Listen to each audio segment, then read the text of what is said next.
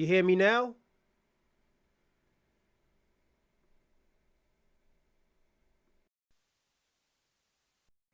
Better?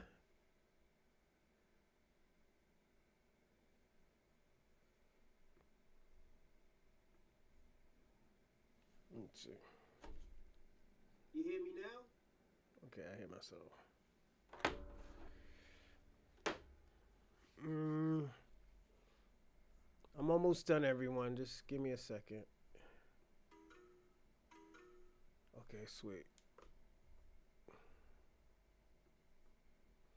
I'm just sharing some stuff real fast. This podcast that we're doing, yeah, we're gonna get into it today.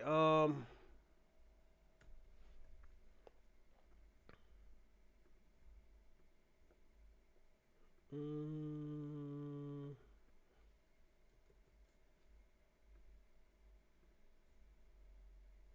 mm, one more.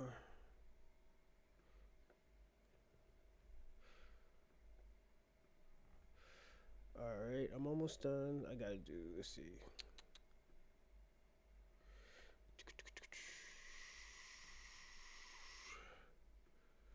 All right, we got one,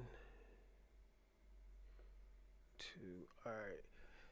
All right, so now I got to share my Rumble, and we're good to go, everyone. We'll be in the game. Mm,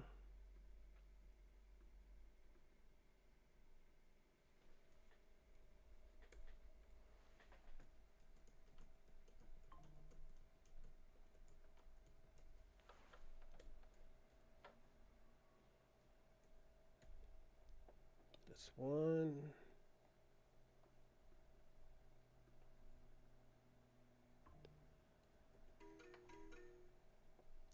That's two.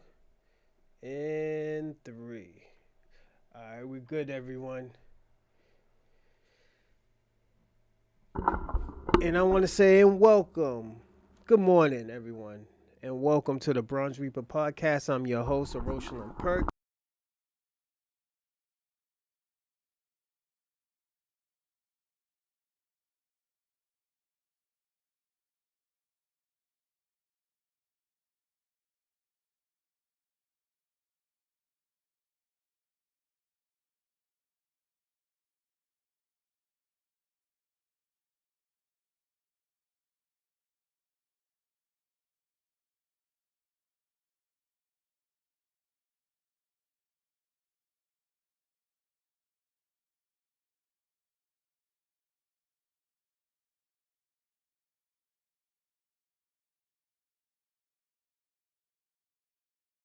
All right, there we go.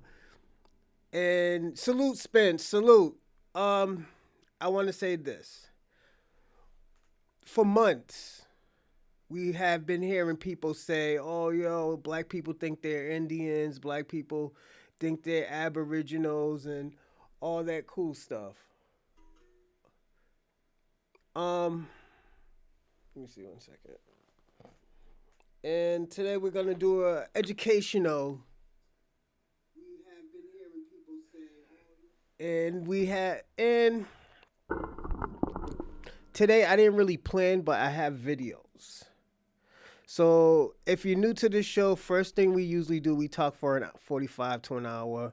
Um, 45 to an hour. You know, maybe sometimes it goes over, and I see how your day is. We talk anything. We talk random. We can even talk about this right now. I personally didn't have no notes for this.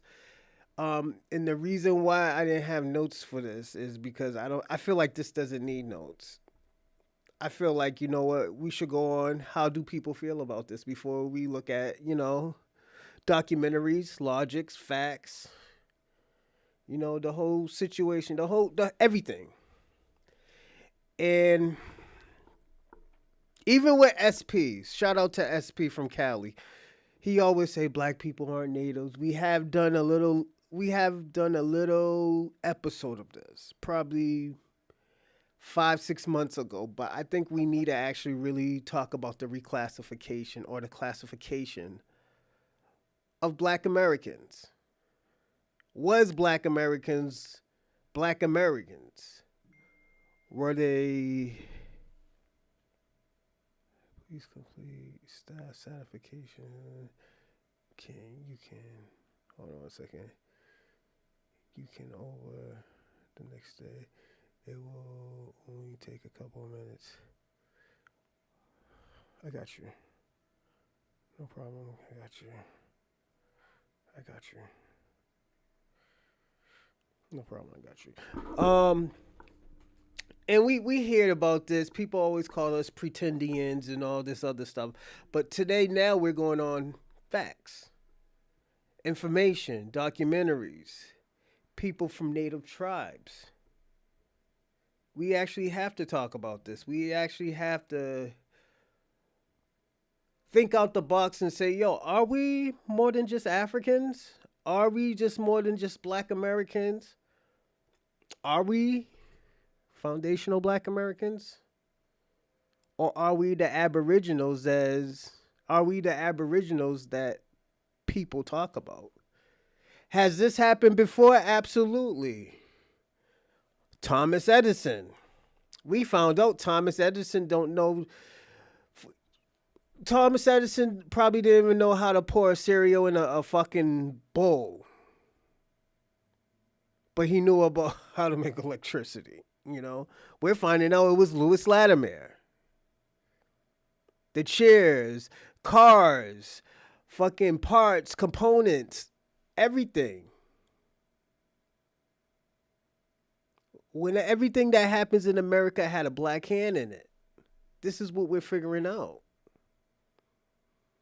War, guerrilla war tactics, formations.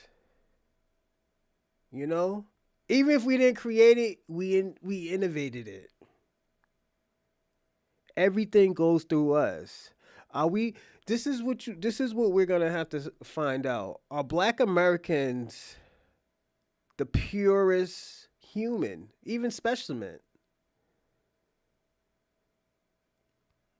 Are we the modern? And I'm sorry to compare ourselves to that, but are we the modern Hebrews that everybody talks about? Everybody talks about the Hebrews. Talk about how they had Jesus Christ and stuff like that. They had a leader. Black now, you look at the modern day person, they talk about black Americans. The black Americans, everybody wants to be a black American. Everybody wants the inspiration, the influence, the structure, the style of a black American. This might be hard for everybody to chew or even think or even swallow to say like, yo, is that true? Are we really that good?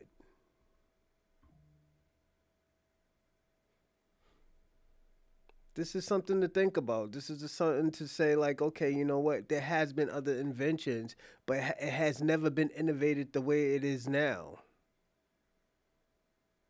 We have heard like, yo, if black people don't touch it, black people don't fuck with it, it's not going to sell.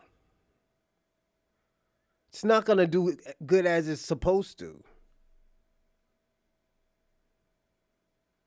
Let's personally be honest.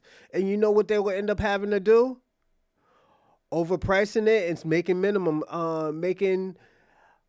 not many of them just to make their money back. It happens all the time. Especially in business, you know. So black people, you gotta like I've been saying for the last 2 days, black people is the oracle. Black people are the blueprint. Black people is Morpheus.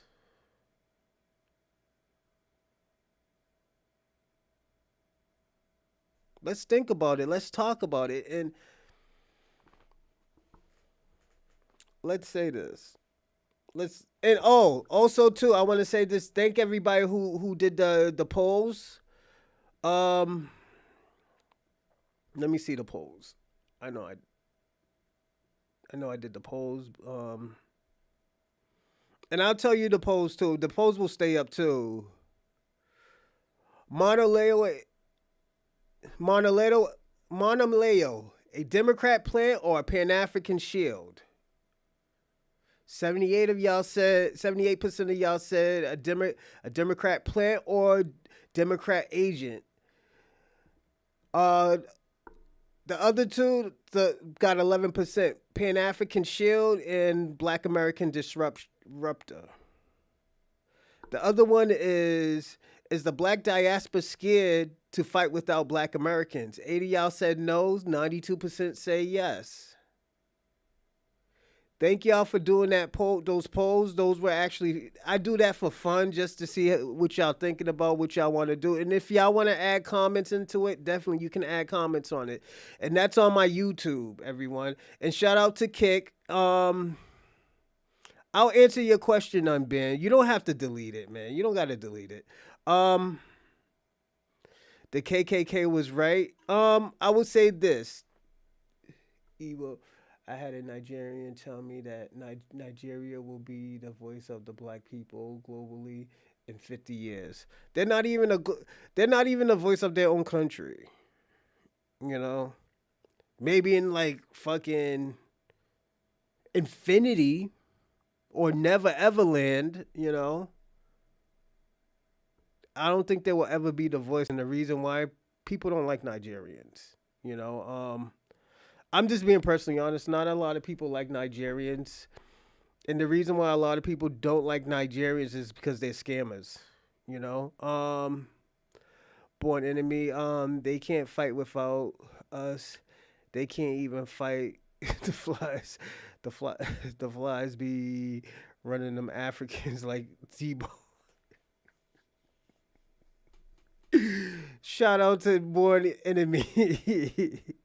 Facts. And shout out to E Will. E Will, salute, salute. How you been, man? I haven't seen you in a while. I seen you a few days ago actually.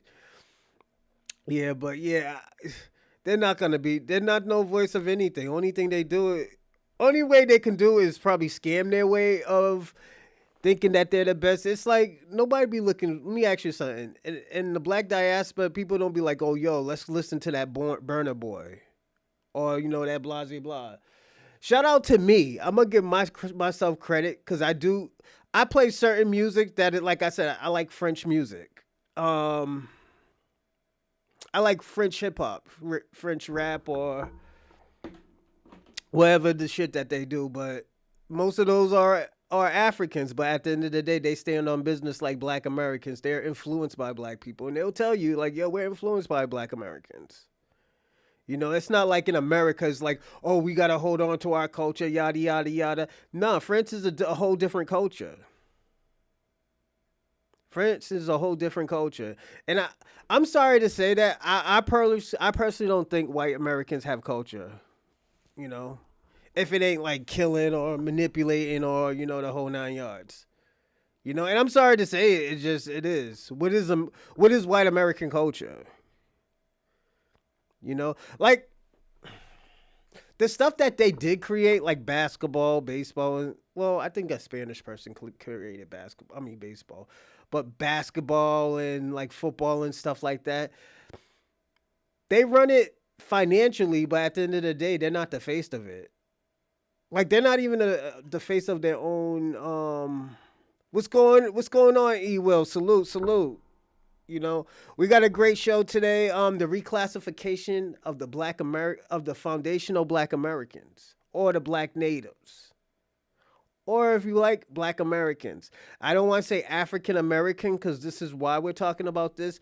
And let me tell you this. Let me tell you how I got the idea of this show. Shout out to FBA Convo. Me and FBA Convo was having a conversation on this show, and he said that the word foundational Black American sounds perfect. And I told him that like honestly, I think Black Native sounds good, but I could go either way, foundational Black American or Black Native. And the reason why is because they both mean the same thing, but I feel like, and this is just how I feel. I feel that we are Aboriginals or even Black Aboriginals sounds even good. Like to me, I don't care. Y'all can pick whatever y'all want and I'll just go with it. But I like all three of those. FBA, I like it because they're abbreviate. We can abbreviate it. We don't have to say foundational Black American. But I like to say foundational Black Americans because we are the foundation. That's what's so dope about it is that the word foundation. It makes us sound like, yo, we created this country. We're different from Black Americans. And Black Aboriginals or Black natives, it sounds dope because it sounds like, you know what? We already had culture before, Africans came over, the Slavic Red Indians came over. Um, the white pilgrims or the white colonizers or the white whatnot came over to this country. You know, it's like when you say European, you already know white people are connected to to Europe, or that's where their culture started from, or if even if they have, I don't even know if they. Well, bread and toast is their culture, and eating animals without seasoning is their culture. And Rice Krispie treats, those is really good. That's white culture. Rice Krispie treats because it's a recipe. It makes a lot of money. Shit, I buy bags of it. I wish I knew a white woman that makes it, man, because I'll sweet talk their fucking ear, man, just to get some Rice Krispie treats. Hey, baby, I love you, man. Can you make me some Rice Krispie treats, baby? You told me to make you Rice Krispie. That's the only time you want to come over is when you want Rice Krispie treats. They yell at me and stuff like that. Yo ass would still be in Africa. Shabaka, this is why we're having this show. The reclassification of the foundational Black Americans or Black Americans or Native Blacks or the Aboriginals or, as you call them, African Americans. We're actually going to do an educational show today. So you asked for an educational show. You asked to do research on it. We're all doing research together, Shabaka. So I don't want to hear no bitching, man. We did. Let me tell you something, Shabaka. We have done a show like this before. And you know what you did? You bitched and moaned. You said this was false information. You said the whole 9 yards. So when we do shows like this, Shabaka, I don't want to hear the bitching and moaning today. Their culture is stealing others. Facts. That's actually true. It's in the 48 laws. Salute to E. Will. Salute. That's actually dope. Foundational people own land. No, not necessarily. You don't own. Africans don't own their country. They probably live there by majority, but they don't own it. Like, let me ask you a question. Let's use Jamaica. Do the Jamaicans own Jamaica or does King Charles own Jamaica? That's a question you got to ask. You've been asking, oh yeah, we got a sovereign land and stuff like that. Okay. What country in Africa that Africans owns that the white supremacists do not run? That's a question. Only country is probably like Dubai, and I think that's the Middle East. All those other countries is run by fucking Europeans. So how do you own your own country if you're run by a white supremacist? This is the type of things that we have to understand. This is the type of things that we have to talk about. That's why I use Jamaica, because Jamaica I'm going to tell you something. In this live, Jamaica has been used a lot. Jamaica been used, oh, yo, that's my land, that's my country. But it's run by King Charles. He told y'all niggas y'all can't even go on your own beaches. That nigga said you have to live with the Indians and the Chinaman. That man saying, yo, those resources that you had 20 years ago, it's going to the Indian man.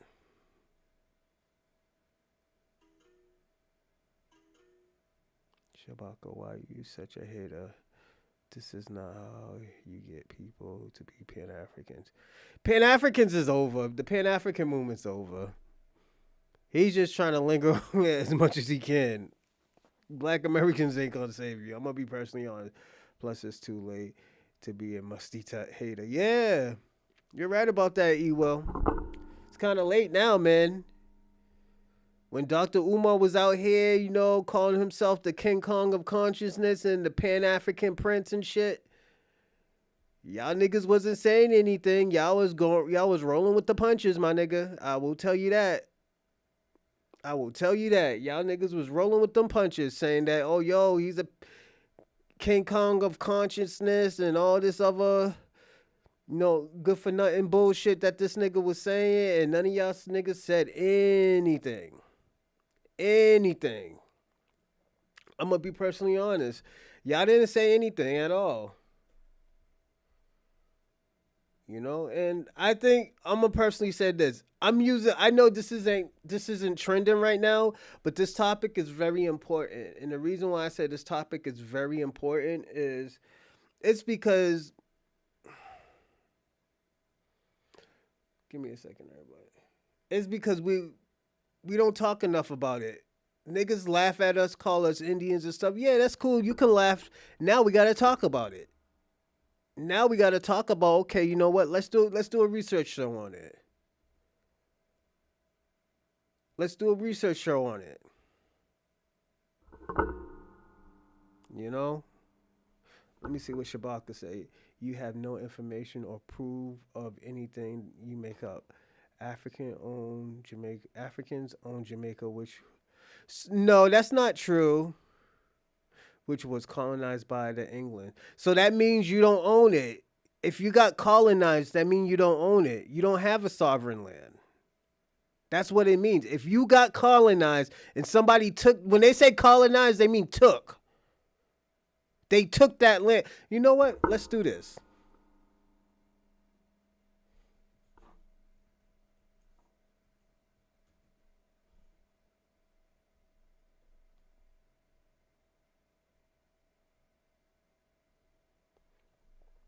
Let's look at the definition of colonize. Colonize sends a group of settlers to establish political control over it.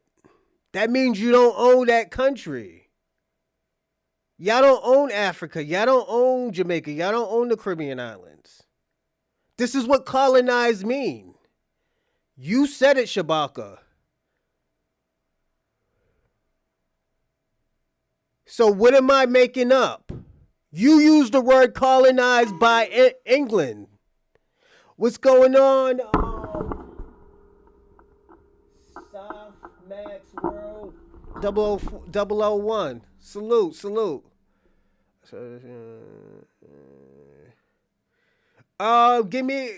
Wait till the end of the show and email me at iamroshalyn@gmail.com. And we'll talk about it. I'm actually gonna do a Discord with a lot of y'all. So shout out to y'all. And we're gonna go live with it. So yeah. But yeah, that's what colonize means, Shabaka. They took control over your country.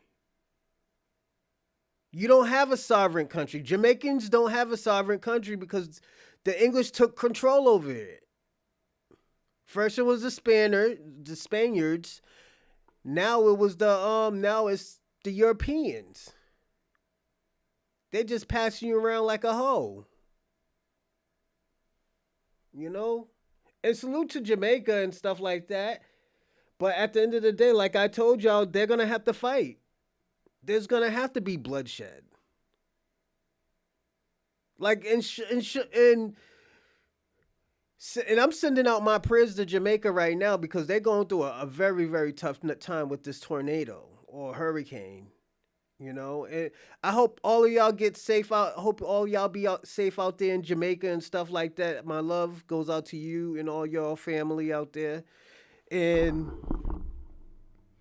I know this is dark times right now, but it'll make y'all stronger in the future. I will tell you that. This will make y'all stronger in the future. I want to say that, and like I said, I'm sending out my love to Jamaica right now because Jamaica's going through dark times right now in that tornado or hurricane. You know, it's gonna be a crazy. Jamaica is being neo-colonized by the inhabitants of African neo-colonialism. Is the last stage of imperial. Stop making up shit, Shabaka. You making up all these fuck. You got more excuse. You got more excuses and issues than a fucking cookbook, my nigga. I'm just gonna be personally honest. You know nothing about economics order. It doesn't matter. Y'all colonized. I don't need to know about economics to know somebody's colonized. Them niggas took control over your country. Y'all niggas don't really got a sovereign country. I'm just being personally honest. Jamaica don't have a sovereign country. Y'all niggas is paying taxes, nigga. Like, let's personally be honest. It's like a nigga owning a house in America. You own the house, but you still got to pay property. You still have to pay land taxes, property taxes. You still got to pay for those shits. And that's what y'all niggas is doing. Y'all niggas paying property taxes. Just like the Africans. The Africans are paying property tax too, land taxes too. Just so you could say you own it, and you really don't even own it. Cause England will go in there and colonize everything if they really wanted to. If they're in the bad mood, that's what them niggas was do. And I'm glad that mean old white bitch is dead. And I'm gonna be personally honest. And I'm talking about Queen Elizabeth. I'm glad that old raggedy bitch is dead. You know, that bitch was darker than that raggedy bitch was darker than the devil. I'm gonna be personally honest. I talked to my cuz this morning. They got hit hard. Yeah, man. It's hard out there, E-Will. Yeah, they struggling out there, man. That's why I say, I'm sending my love out there to Jamaica and stuff, man. This will make them stronger, man. When all this shit dies down, they'll be much stronger, E-Will. I will tell you that.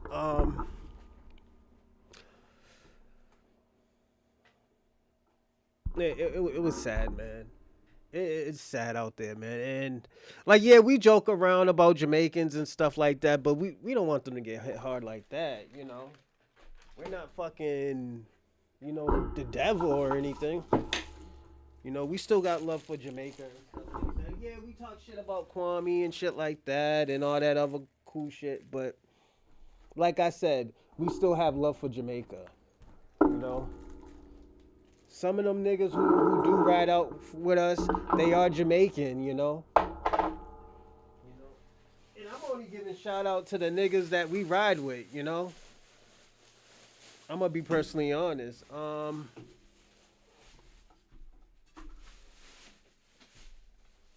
them other niggas, they don't give two shits about black Americans, you know.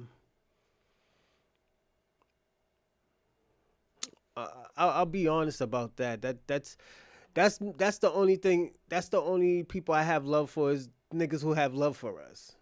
You know, I know I'm picking and choosing, but at the end of the day, they don't love us as a collective. You know, I will say that they don't love us as a collective. Like I said, yeah, man,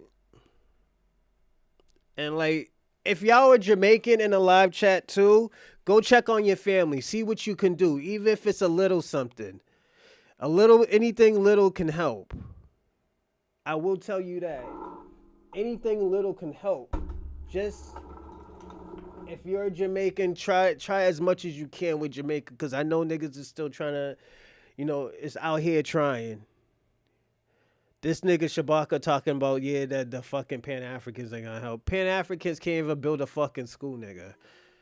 What the fuck are they gonna do? You know? The fuck? Them niggas can't even build a fucking school. And they talk about they're gonna help. Fuck. Yeah, you keep on... Put it this way. Y'all Jamaicans keep on depending on Pan-Africans. You gotta be waiting 15 years like... Umar was waiting for this fucking school every year, talking about, this school's about to be open in 2020, 2021, 2022, 2023, 2018, 2015. Like, yo, how much money has this nigga actually accumulated, man? That's what we gotta understand. This is what we gotta figure out. How much money did this nigga really got? We gotta pocket watch this nigga. We have to. This nigga out here spending grandma's money, grandma and grandpa's money. Nigga crazy. Oh yeah. But yeah, man. I would say, let me say, colonial. I think you was supposed to spell colonial, Shabaka. Con, colonially. I don't know what you're trying. Is inhabited by the settlers, neo-colonialism. Is when someone like the oppressor is in control. That's what colonized me, Shabaka. Control of the colony for the colonizers. Study Shabaka. We're not listening to you. Them niggas is colonized. That that Jamaica is part of the UK, my nigga. I gotta say that because that nigga take control over it. That white vampire looking motherfucker in King Charles. That motherfucker right there is in control of the certain Caribbean countries. That's why some of those freaky fucking vampire motherfuckers is fucking your women. You know, so just I gotta be personally honest. We can't get mad about it. Nigga, this is not the first hurricane Jamaica has been hit by. Pan Africans never did anything. For the facts, that is true, Ewa. I never heard nothing about no Pan Africans helping. You know them Pan Africans. They like to broadcast the shit that they like to do. So I never heard none either, Ewo. So you're right about that shit, man. Yeah, my trash can's all the way over there. I'm not going over there. Going this bag. Yeah, I'm just cleaning off my area right here, man. It's getting kind of messy. But yeah, man, it's I like I tell the Jamaicans don't depend on the Pan Africans. You know, them niggas can't even build a fucking school. So talk about we're building a Pan African school for the little black boys. Yeah, all right, my nigga. They get hit all the time. Yeah, they do. But I heard this was probably one of the worst. You know, I will say that I heard this is one of the worst. Hopefully not. You know, like I said, I hope they get through it. You know, yeah, I hope they get through this shit. You know, it was a bad hit. I will say that. But yeah, again, shout out to Jamaica. But let's get back into this reclassification thing. My whole feeling about it is because I started learning about this guy named Walter Plecker. I think his name is Walter Plecker. He's the father of this reclassification of Black Americans, saying that there were Aboriginals over here, but he reclassified them because they were darker. Even in the census, this is why I think in the 1930s they were saying, and I heard Walter Plecker had some type of interactions with Marcus Garvey. I just heard that. We will watch that, you know. So we will talk about that. We will watch a video with Plecker and Marcus Garvey, and it was very unusual because Marcus Garvey is this Pan African, you know, having contact with let me see, hold on. Marcus Garvey. You know, this white supremacist and you're talking about this all black stuff, you know. You know what? And I think I found a video. Nah, we're not gonna do that one yet. The first enemy of the state. Yeah, man. Like I've been hearing about this. You know,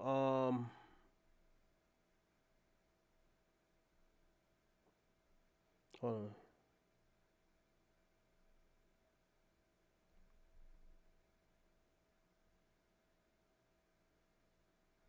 And I know, and the thing about it, I think he had. Let me see what Shabaka said. Pan Africans is worldwide. Umar is so-called Pan Africanist, but can't run a school. Pan Africans is more than one man. Nah, y'all have no face. There's no face of Pan Africanism. The face of Pan Africanism is Dr. Umar. We don't know none of you niggas. I will tell you that, Shabaka. We don't know none of you niggas. You know, you can only reclassify two different people. One if they look alike. Yeah, facts. Hey, Randall, what was that thing you was telling me to look up? The what was the bloody something? It was that a part of the reclassification? Just worked in again. Had nothing to do. Yes, he. We're gonna watch. This is why this is an educational video, Shabaka. This is why this is an educational topic today. You know, I know you're gonna get mad and think you know everything. Hold on 1 second. Give me 1 second, everyone.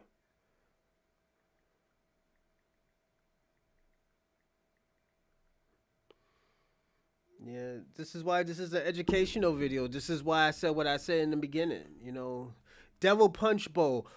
What was the Devil's Punch Bowl? Did that had something to do with the reclassification? I'm looking it up right now. You already know I was talking about the Devil's Punch Bowl, the Mississippi.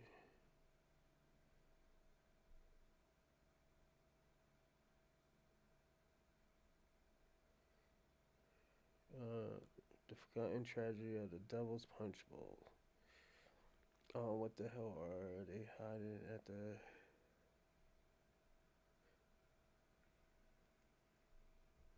You know, and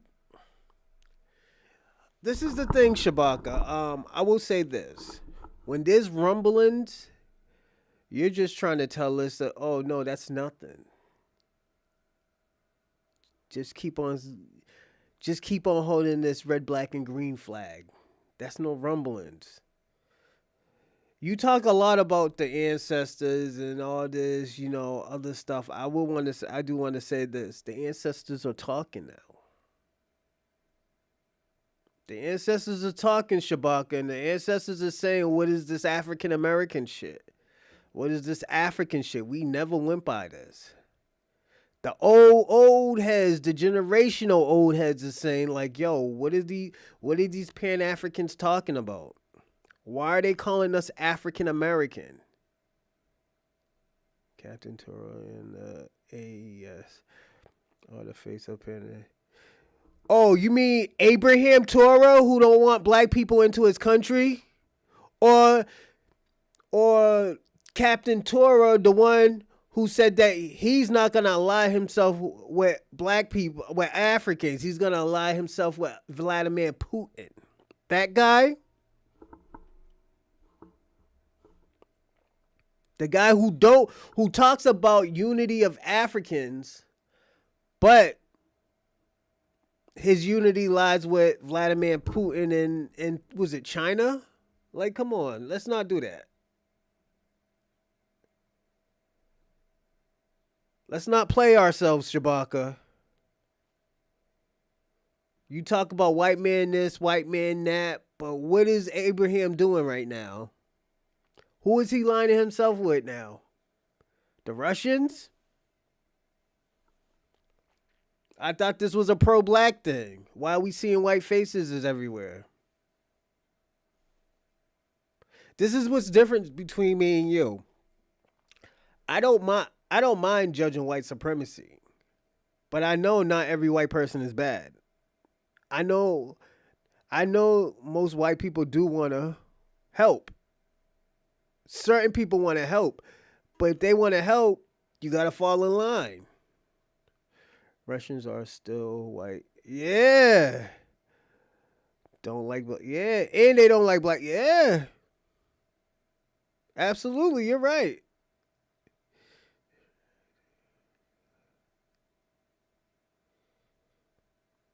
Mm-mm. He made a system, Shabaka. This man made a system. Again, we just remember what we were talking about? And you said I was wrong, and I was like, Shabaka. They were reclassifying people. And you was telling me no, they weren't reclassifying. I wouldn't say most white people. Thank you. Yeah, some white people want to help. They was like, yo, this shit is wrong. You know? That's what you call a conscience. What's going on, Dorsey? Salute, salute. You know? It's called a conscience. Your guilty conscience is kicking in. This is what the white supremacy wants you to do. This is why they say, yo, we don't want these people to have a conscience, because at the end of the day, you could call in. Actually, you could call in right now. Give me a second.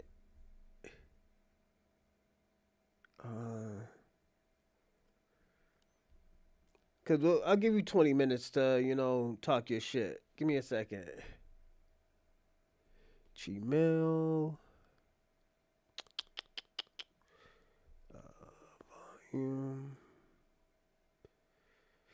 All right, give me a second and I'll be right. Give me like 30 seconds. I'll be right back.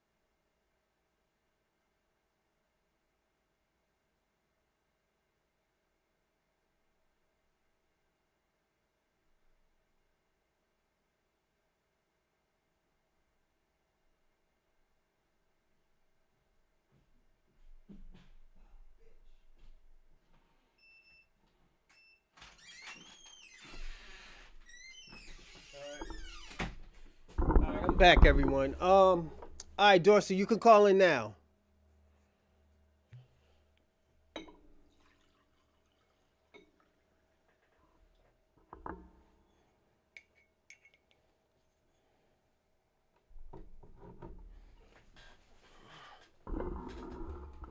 Uh, yeah.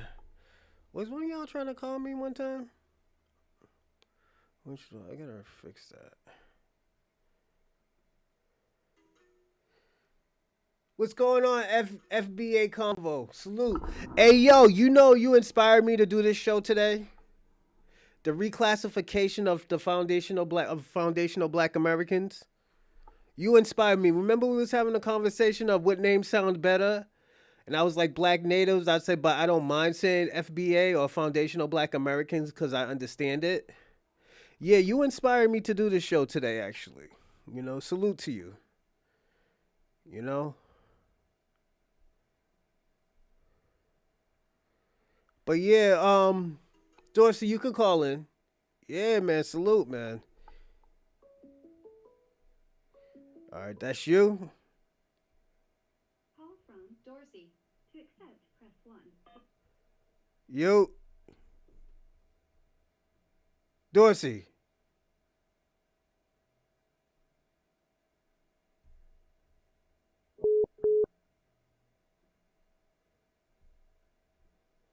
Call Dorsey. from Dorsey. To accept, press 1. To send a voicemail. Yo, Dorsey. Hey, top of the morning to you, brother. From calling from L.A. What's So going the on, sun's player? just coming up. Oh, okay. You at work or no work? All right. You have to understand that when they start doing these changes and so forth, it really originated with Ronald Reagan. Because you got to remember, Ronald Reagan came in when the census was due. So what he did was, see, when I was coming up, when you filled out a job application, like in the 70s, they would list every ethnic group American. If you was Polish American, German American, Irish American. Hold on. Can you hear me? Yeah, I can hear you. Okay, I just had to turn the other phone off because it would give you feedback. Okay. So what happened is when Ronald Reagan came into office and so forth as president, Hold on one second. he Hold on one second. uh, Facts. FBA convo salute. Yeah, that is right. He said 1 million in reparations per FBA plus land contracts. FBA is a lineage, a descendant of those enslaved for free. I mean, freemen and black natives. Salute. That is true. Go on. That's okay. So then what he did was he lumped all white people in one group mm, to gain solidarity. Because at one time, Italians, what else? Italians, people from Spain, mm, Greeks. Greeks weren't considered white. They yeah. weren't considered white. Okay. So when Ronald Reagan got all of them lumped together, he then classified them as white. So then they were all happy because now for the Italians, the Greeks, and so forth, the people from the southern part of Europe, they gained legitimacy, right, in the white man's world, right? Mm. Okay. Now, have you ever heard the term welfare queen? Yeah, they usually said that about Black Americans, but it's more of a white thing now. It always been a white thing. Check this out. The term welfare king was a black term that we said toward Hispanics when they first came over when Ronald Reagan was governor. What happened is in the 60s, a lot of black people were working for white people doing menial jobs, like laborers and gardeners and this and that. Yeah. So when their children came up, these parents said, hey, we're going to send our kids to college. So when they sent their kids to college, they said that they didn't want their kids to be janitors and maids. They wanted them to go ahead and be better than that. Yeah. So so when they did that, the graduating class was like, no, we no longer want to settle for these menial jobs. We want corporate jobs and we want government jobs. Mm. So what Ronald Reagan did, he opened the borders here in California and allowed a large influx of Mexicans to come over the border. Damn. He gave them welfare. He gave them food stamps, Section 8, and all those things that usually would have went to black people had they been given out fairly, right? Yeah. Because remember, Lyndon Johnson did a war on poverty. So those resources that was meant for black people and poor whites went to the Hispanics here in California. Okay, so what used to happen is when the little Spanish ladies used to go to the welfare office to pick up their food stamps, they used to put on their best garments, right? Yeah. So what they used to do is they used to put in their old wedding dress or quinceañera. You know what I'm talking about? Their 16th birthday thing dress. So they used to come with maybe 3 little mijos, 3 kids to the welfare office, and the black ladies used to snicker, and they just say, "Oh, here come the welfare queen." That's where the term welfare queen came, because some girls used to come in there in their best, like dressed like Cinderella or somebody at the ball to go pick up their food stamps. Yo, that's crazy. Yeah, bro. See, white folks always steal our terminology and then try to boomerang it back on us. Why you think Ronald Reagan was so knowledgeable about welfare queens? Because he created it. Mm. That's here in California, okay? So then what happened is Ronald Reagan and the people that he messed with, they came up with the idea of, since we now have control over the census, let's go ahead and reword it, and we're going to have these categories. We're going to lump all Asians into one group. We're going to lump all Latinos in one group, except we're going to have one exception. If you black Latino, we want to know if you black. Because remember, they had a little section where it says, if you Latino, but if you are Afro-Latino, let us know. So they made the distinction between European and African. Okay. So then once he was able to do that during the census, now they're able to go ahead and separate the funding. Because it used to be, if it was an all-Italian neighborhood, it used to have a little less funding. So when he went ahead and made everything white, now all the Italian neighborhoods, all the Greek neighborhoods, all of them start coming up because now resources are being diverted to them. That's crazy. If you notice with New York, Shabaka's calling you a liar.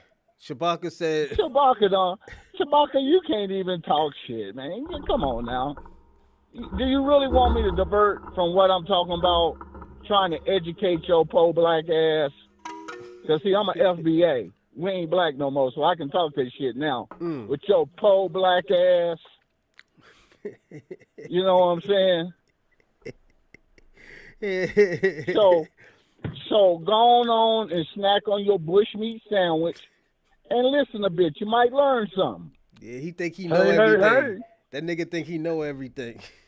Man, that nigga thought his. I ain't even gonna go there. So I'm going back to what we was talking about. Cause see, ignorant ass. Hey, yo, how's my peasant. lighting? My lighting, everybody, how's my lighting? It's good, right? Should I give him more the tan light or the white light?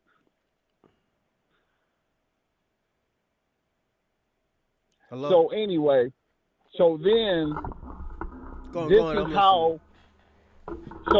this is how they start cutting back on the federal funding for the education of black students. Because back then we were getting BOG, Pell Grants, Stanford Grants, state incentive grants. Our tuition was only like maybe $700 for 18 hours. Yeah. But we were receiving almost $6,000-7,000 in grant money. Damn. Yeah, that's for room and board, you know, getting an apartment off campus, getting a car. So a lot of us was making, you know, we was happy to come to college. Yeah. You see what I'm saying? And the black universities, they saying that, oh, the black universities lowered the test scores. Yes, they lowered the testing scores and the entrance qualifications so that they could get more money diverted over to the school. The more students we had at the university, the more federal funding was given to the university. Makes sense now.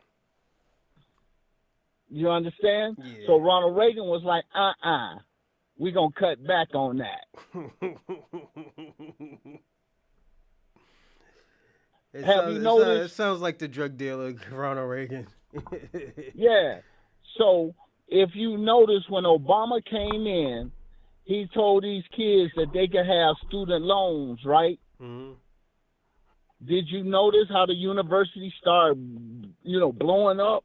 All of a sudden, they got all this money to enlarge the campus, brand new administration building, upgrades on the stadiums and shit. Yeah. Because that money was going back into the institutions, not the students. Now, think about it. Because the students is left with a big-ass debt. But it's the universities that benefit from those loans. Okay. You see where I'm coming from? Yeah. Now, I'm going to say something so that, you guys can be really aware of what's going on. I'm going to use a case example. Jackson State University, their yearly budget is $66 million. Damn, that's it? That's it. Now, guess what the budget is for Ole Miss and Mississippi State? What's that? Close to $1 billion each. Jesus Christ. Wonder why, what's his name? Deion Sanders got the fuck out of there, man. He was like, I I was watching the interview. He was like, and nigga, even with me, I was like, yo, let me hear this man out because he was saying, because I was about to call the nigga a coon, like, you nigga, why you leaving for Colorado? But then after that, he started saying like, yo, I started spending my own money. He said I started spending my own money, and one of my favorite football players, Ed Reed, he got the fuck out of there. He got the fuck out of And Dodge real Bethune-Cookman. fast. Oh yeah. Yeah, Bethune-Cookman. He left that too because see, you have to understand, most of that money goes toward the administrative staff. It does not go toward. It does not go toward the facilities itself. And That's why. don't forget, those colleges, those prestigious colleges, they get grants too. They're like, people donate money to them. It's not like, niggas. It's not like, oh yeah, niggas is getting donations like fucking Harvard's getting. Harvard gets donations just so niggas could go to that school. That's how that white bitch got caught up. That white waggedy bitch who used to be on Full House got caught up in that fucking scandal in Boston. She was giving donations out just so her daughter can go to the school, and her fucking daughter was dumb as a fucking rock. Right. So understand this. That's called being a legacy. If your parents went to that school before and they made real good money, they could go ahead and invest millions in a hall or whatever, and they would name it after them and so forth, or a wing of a science building or something. See, that's how they get in because it's tax deductible. Yeah, and the thing about it, that's legal. Yeah, that's how little George Bush got up in Harvard. And don't forget, he caught a charge in Boston because he was giving alcohol to minors. Most people on, man. forgot We that. already know. Yeah, that nigga He was a frat boy. So when do frat boys care about the law? Yeah, they're like, man, fuck that law. Right, but see, like I said, then once Ronald Reagan got into office, he started dismantling all. Remember, that's when they came with the first reverse racism lawsuit. Remember that? Yeah. You see what I'm saying? The Republicans did that. You see where I'm coming from? So then what he did was he said, I am going to tear down the black community. I am not going to give them any education. I'm not going to give them any jobs. Because remember, Ronald Reagan was the one who introduced crack cocaine into the black community. He also he used weapons, gave out automatic weapons to the black community here in Los Angeles. He encouraged. And niggas looked at him like he was a great president. Yeah, he was for white people. Shit, of course they're gonna say he was the greatest president because he doing it for white folks. Just like they saying Trump is the greatest president because he's doing it for white folks. The system's working. As Dave Anderson said yesterday, he said the system is working. It's not supposed to work for us. That's why it's working. Exactly. Exactly. So I am not mad. Don't forget you open the doors because understand this. Once you hold on one second. Okay.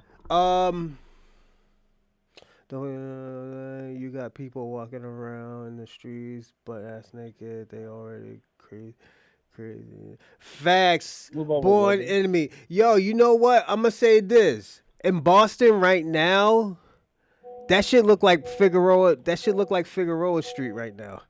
Hold on, give me a second. Oh, I thought somebody was calling. Yeah, that shit look like Figueroa Street right now. In Mass Ave. Mass Ave looks crazy. Oh, you guys got a Figueroa too? Nigga, this meth heads. Yo, when I say Figueroa, niggas is intense. Like that whole Mass Ave and like going to the highway, it's all tense. It's all tense with meth heads. All them niggas is on meth. LA, Figueroa is the host role. Yeah, that's why I was that's wondering. Blue Hill Ave. That's Blue Hill. If you ever heard of the movie Blue Hill Ave? So there's this movie called Blue Hill Ave. Okay. It used to be all about drug. I mean, it used to like that street. Technically, that's basically telling the story about Roxbury. Roxbury, because Blue Hill Ave goes from in Boston. It goes from Roxbury all the way up to Canton, Mass. It's the Mm-hmm. longest street in Massachusetts. It probably Right. take you like three and a half hours to walk it. You know, Okay. um, if you go and the thing about it, it used to be just all druggies, motherfuckers looking for crack and stuff like that. But it turned into a prostitution area where you got fucking transgenders walking around trying to sell some bussy and stuff. Motherfuckers coming over here trying to get boys. Like nigga, this is one thing I said. I hate walking when I was young. I hate walking on Blue Hill Ave because men used to stop trying to get some, some fucking butt, some man butt. You know, I'm being personally honest. This is what was going on. But that movie Blue Hill Ave, it will tell the story about what's going on. And what's so dope about it, there's this part of it when the little kid is Shabaka, walking. ain't that the street you live on? Huh? Blue Hill Ave. Shabaka be giving up that boosie. He know he Yeah, is. man. Niggas be taking this booty, man. That's why he's so mad about at black men because we ain't his best customers. Yeah. You know what I'm saying? And then where's little Oh, Ping he got monkey beat up ass? on. Hold on one second. He got beat up on Blue Hill Ave. Yeah, he shouldn't be on there, especially white men. Yeah, because Nick Flinthead used to go to school in Boston. He went to BU. And he got ran out of Boston by some tree hugging niggas and niggas who wear lace fronts, transgenders. That's why if you ever watch an interview on him, he was like, "Oh, I didn't feel safe and stuff like that, so I left Boston." But look how he talks now. He talks like, "Oh yeah, man, I'm a freedom fighter." The nigga talk like he's a freedom fighter. Nigga, you are Mexican, just like that nigga Gypsy Cruz. What's it, Crusader? That dude who has a gun and it says nigger on it. That nigga's a Mexican. He's a Mexican. Well, This is why you look look, at him man. like that's why he looks super weird. The nigga who be wearing the Joker outfit, disrespecting black people. Man, I don't even trip over. See, understand this. They have no juice. They have no power. They just talk. That's it. But They have none. But you get what I'm trying to say? Oh yeah, I already know Yes, that. it's not But white see, you people. gotta- It's not white people. It's the white people's lackey dog. It's the white people's Right. lackeys. It's these see, it's you these have- racist ass Mexicans. These Mexicans that think that they're white that are doing this shit. Look at that girl Well- Valentina Gomes. She's running around here talking about, oh yeah, take fucking Islam out of fucking America. But you got to understand the reason why they brought these white people over here to this country. It was for religious prosecution. Cause them niggas was crazy. They sent the crazies over here. They sent the murderers over here. They sent the psychopaths over here. That's how they took this land. They didn't come over here talking about, oh yeah, we love everybody and shit like that. That's a lie. Stop it. You know, that's a fucking lie. We're not. I'm gonna say this about white supremacy.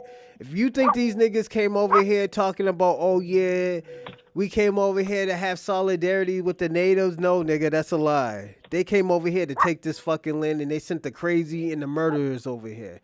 They sent the people who were exiled from UK to America. Let's talk about you know what? Let's talk about treason. What you think the Boston Tea Party was? Treason. Let's talk about the rebels, the Confederate Union. What was that? Treason. Ku Klux Klan, KKK. Treason. There you go. Treason. The reason why they're not even considered a domestic terrorist groups because they mark themselves as an organized Christian group. That's Okay. it. That's why they're not a So domestic then- terrorist. So then, when Ronald Reagan came into office and so forth, you had a Oh shit! This nigga increase- call you This nigga just called you a horse and a donkey, Shabaka. Yo, he's getting crazy. That's cool, because a horse is a very intelligent animal, and a donkey is a hard-working animal. See, I could call him a zebra. What the fuck does a zebra do? Not a damn thing. Yo, what if And then, the funny thing, I and like then zebras too. Zebras be kicking niggas in the face, knocking niggas. yeah, but see, understand this. If you Africans were so smart, how come y'all didn't domesticate the zebra? Because they don't have no horses in Africa. Mm-mm. Only in the northern region, and then they came from Asia. They So migrated them, if you yeah. guys was so smart, how I come got you didn't another 10 domesticate? minutes. I'm gonna give you another 10 minutes. I got my Okay, timing going on. Go on. okay. So Chewbacca, explain to me how come you guys didn't invent the wheel? Explain to me if you were so smart, why you guys weren't able to domesticate animals and so forth, Mm. huh? Now, in certain areas, they were herdsmen of cattle, like on the Serengeti and all that. Mm. But for the most part, you guys in Western Africa, y'all wasn't doing shit. Mm. And let's not even get into what you Caribbeans was doing. Mm. Yes, you guys were very, very, very motherfucking comfortable living in paradise. The only occasional hurricane was what upset y'all. Mm. Shout out to But you Jamaica didn't. too. Hold on. Shout out to Jamaica too. Hope y'all get your shit corrected in your country, because these motherfuckers in America, these Jamaican Americans, are not gonna help y'all niggas. I'm gonna be personally honest with y'all. These Jamaican Americans are not gonna help you. Maybe a few, but not as a collective. Go on. Okay, so then Chewbacca, let me ask you once again. Now let's skip 500 years later. What have y'all accomplished? Nothing. Mm. Name one African car Mm. production, Mm. huh? Y'all can't even build go-karts. Mm. Y'all can't even come up with single-stroke engines, Chewbacca. This nigga said Y'all zebra's free. This nigga crazy. check this out. Y'all niggas can't even produce rubber tires to put on your bicycles. I keep seeing picture after picture of nigga riding on motherfucking the rims of the goddamn bicycle. Damn. I'm like, damn, they got some strong ass legs. So Chewbacca, you brought your ass here to be somebody. Mm. And your name ain't even real. Because you spelling it in English, fool. Oh shit. You motherfuckers couldn't even come up with the alphabet, fool. Damn. So come off that shit. Yeah, we Americanized. That's why we call FBAs foundational blacks. That's why we call it this handle. Because, motherfucker, who wants to be associated with losers? That's why we separating from you loser ass niggas. Mm. You sell your own children into slavery. You Yo, massacre other people. I said that shit to your boy Ping One. Yeah, that's another one. Because I really wanted to get in Ping's ass, opium smoking ass nigga. Yeah, Oh, drug dealing ass nigga. Yeah, them niggas do be selling. Them niggas do got orphanages like fucking liquor stores. So in the hood. Check this out. That's why the Australians can't stand y'all monkey ass, along with the Hindus. They can't stand y'all, and he know it, cause Ping a boat person. You know what a boat person is, right? Nah, let me know. These motherfuckers escaped China by jumping in a boat and going to the South China Seas, trying to make it to the PI, to the Philippine Islands, right? But see, when they go through but when they go to the South China Seas, they have to deal with them pirates. So they got Chinese pirates. They got to pay the pirates. Got to pay the piper. Yeah, exactly. And they piping their ass all right. Oh, yeah, they snatch the women off the boat first, and then they will mess with the men. If it ain't enough women on that boat, guess what? Little boys get bent over. Yeah, they're going to take your butt. So Ping got pegged. Yeah. Oh, shit. He said Ping got pegged. Yeah, Ping got pegged. So please don't come with that nonsense, you tethers. Oh yeah. You motherfucking immigrants. Mm. Whether you legal or illegal, you still a damn immigrant. You migrated somewhere, and then you start feeding off like motherfucking parasites. Y'all are ticks and fleas as far as I'm concerned. Mm. Now, you sit up here and you want to have beef with black people, but we ain't the ones who call y'all gooks, chinks, what else they call y'all, ping pongs, whatever. You see what I'm saying? Facts. It's white people who give y'all the disrespectful names. We mind our own business. And they want to be in what? And the thing about it, they want to be in, the thing. Well, my issue is with a lot of these Africans and these Asians and these other cultures and even the Latinos, they want to be in white spaces. So they think the only way to be in white spaces is to shit on black Americans. I have an issue with that. That's why I always tell people, and this is why I let what's his name be active speak, because at the end of the day, he has to understand, yo, this is your people's doing this. I'm not making this shit up. Can I also make us another something? Yeah, go on. You know why they don't have athletes? What's that? Because they interbreed with each other. Think about it. A Jew marries his first cousin, so all the genetic deficiencies of that family get passed on and multiplied into kids. Small hats. Look at them little Jew women. Small hats. I'm talking about them little ones. Hey. Like, goddamn. Hey, small hats. You 25 years old? Huh? Small hats. Oh, I'm sorry, small hats. Okay. So if you look at small hat women, especially the ones who come from Eastern Europe and all that, hey man, look how frail they are. They got anemia and all other kind of little diseases.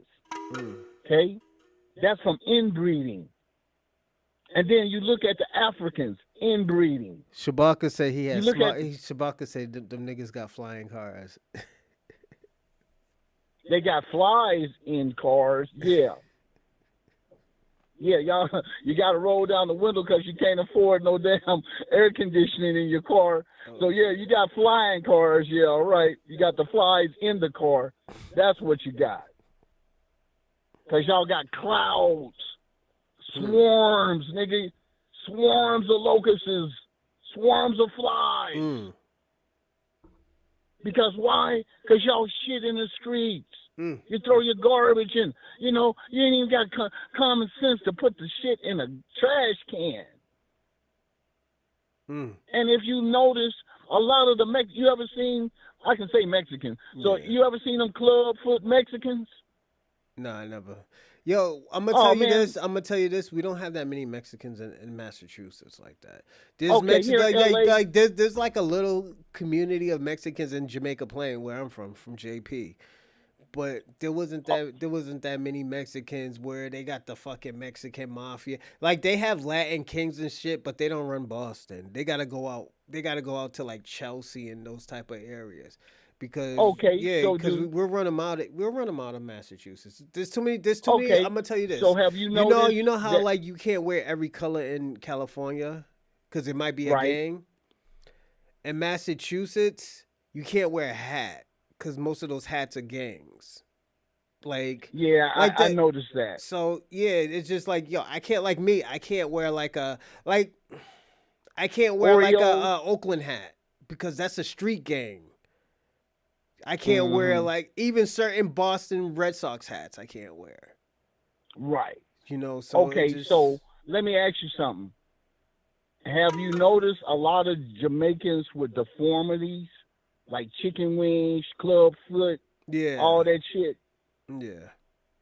That's inbreeding. You got to remember, they only have a limited population, so eventually the genetics get mixed up. Yeah. And some of them fucked up genetics get passed on to the children. That's why you see clubfoot, chicken wings, retardation. You see where I'm coming from? Yeah. Because if you keep breeding, see here in America, we don't have that kind of shit because we have a large gene pool. 'See, Jamaicans, they piss in their gene pool.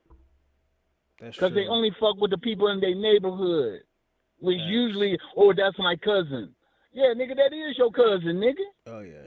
But yo, I'm gonna say this. There's a lot of people that do that. Like, Cape Verdeans mess with their first cousins. Yeah, Yeah, that shit's and crazy. that's why they have all them damn deformities. Go on, keep on going. I gotta run to the bathroom. Hey yo, just keep on Yeah. talking. Keep on talking. You still got time. So you Africans, y'all buy into that shit. You know, if your dad has 6 wives, then there's a good chance that hey, you might be fucking your cousin in the village, maybe even your sister. So don't come to us because understand this. Yes, we were slaves and we were bred like animals, but at least the white man had the common sense to know, hey, I don't crossbreed with the same genetics. Now, it might have been a necessary evil. I don't know. But we don't have those type. In fact, that's why we have black athletes. And then as far as Ping people, come on, Ping, keep it real. You guys just now starting to get a decent diet. That's why. Then you want to be black. That's why when y'all heard Kobe, oh, man, y'all thought he was Asian, huh?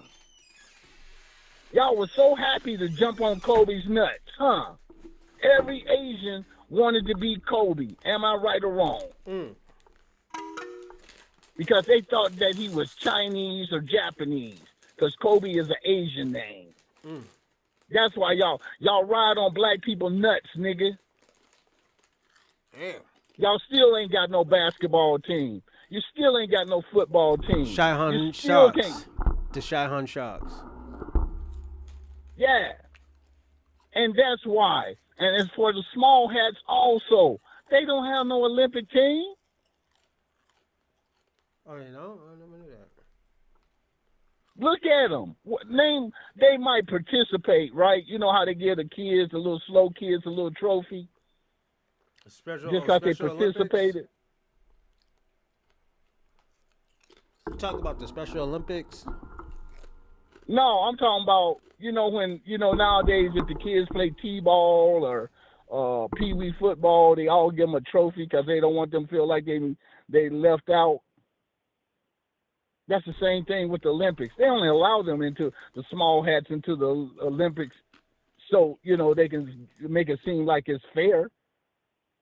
But we know they ain't never going to win no gold in track and field. We know this. Now, the only thing Jamaicans is good for is running, and that's because they run from their country. Shit, I'll be a good runner, too. I'll be trying to get as fast as I can out of Jamaica. Now, I'm talking to you, Kwame. Your island get devastated every damn year. And y'all ain't got sense enough. Y'all got mountains. So why don't y'all dig into the mountains and develop cities that's hurricane proof? But that makes too much sense. I want to live down by the beach. Yeah, dummy. You don't even build your shit on stilts. That's how, at least the Asians got sense enough to build their shit on stilts when the water rise. So yeah, like I said, all these inferior, and I'm not trying to be like no Nazi or this and that, but y'all inbreed too much. Stop fucking your cousins, nigga. Y'all going out the low-hanging fruit. You understand where I'm coming from, bro? Yeah, I'm listening. Yeah, they inbreds. Just like hillbillies in West Virginia. Don't want to leave off the block, so they get the easiest thing that they can get. And then they grape them. You see what I'm saying? Grape. They grape their cousins. I've met so many Hispanic girls who said that they were molested by their uncles or their cousins. That's a common thing in their culture. Damn. Yeah. See, yeah, I forget you back east. Okay, let me tell you how that shit go. Now, Puerto Ricans don't do that shit because Puerto Ricans be like, hey, we can fuck everybody. Okay. Puerto Ricans like white girls, black girls, whatever the hell they can get their dick in, they good with. Because I had a partner from New York. He was Puerto Rican, and he used to fuck some of them. He had some bad bitches, but he always got them broke hoes. I don't understand that. I used to tell him one chick wanted to give him $10,000. He turned that down. Yeah. Was he I'm trying to like, get Rob, married? Just to be his man. Oh, okay. Yeah, some people I be know he ain't married listening to for. your channel. Yeah, because some people get married for their Citizenship. Yeah. Nah, she just wanted to date him. No, okay. Yeah, bro. This when I was living in Glendale. This was in the 90s, right? Yeah. The Armenians already had citizenship, right? Because they came as refugees Hey, when they yo, had that big ass earthquake. you know whose wife is Armenian, right? Who? Fucking Adam 22. Of course. Yeah. That's why you think she like to fuck niggas. Okay, so I'm diverting a little bit. Do you know back in the 10th, 11th, and 14th century that those so-called nobles in Europe, they used to buy children, sex slaves from the Turks. And the Turks used to take Christian children and sell them to the nobles. If you look at the art from that period of the kids, look at their eyes. Look at the dark features. You know, they say olive complexion. Them kids ain't green. They got black olives. See, that's what white folks try to play. Oh, they got olive. No, they got black features. They got black skin. And olive is black. Thank you. You know, if they was Vulcan, I could see a green olive. But since Vulcans don't really exist, then ain't no green-skinned people, are they? But they got black olives. That's their way around, you know, olive complexion. They used to apply that to the Spanish, the Italians, and the Greek. Olive complected. And because they used to eat olives too, you know. You see where I'm coming from? So when people like Chewbacca are inbred, and you wonder, and let me ask you, have you noticed that people from England got bad teeth? Oh, yeah. That's because it's inbreeding. You got to remember, when you on an island and you don't mix with nobody else over thousands of years, you don't think that shit going to catch up with you? Yeah, this is going to catch up. Especially when they saying, oh, we only be with the blue bloods.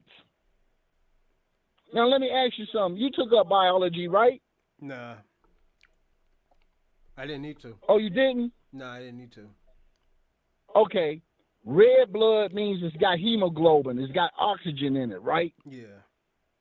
Blue blood means that it lacks oxygen and has to be replenished. Okay. So that's where you get the term red-blooded American and blue-blooded. Them are the people with the genetic defects, the mutants. Okay, I get that. You get that? Yeah, time is up, man. Hourglass is okay. Up. This is 10 minutes, so when you say two. So when you say a blue blood, so hold on, Land. So hold on. So Land, this is your time to land. Make a big impact. This is okay. This is so about Dorsey. What I'm saying is that white people brought in the people from the southern parts of Europe to replenish their blood because they were inbred.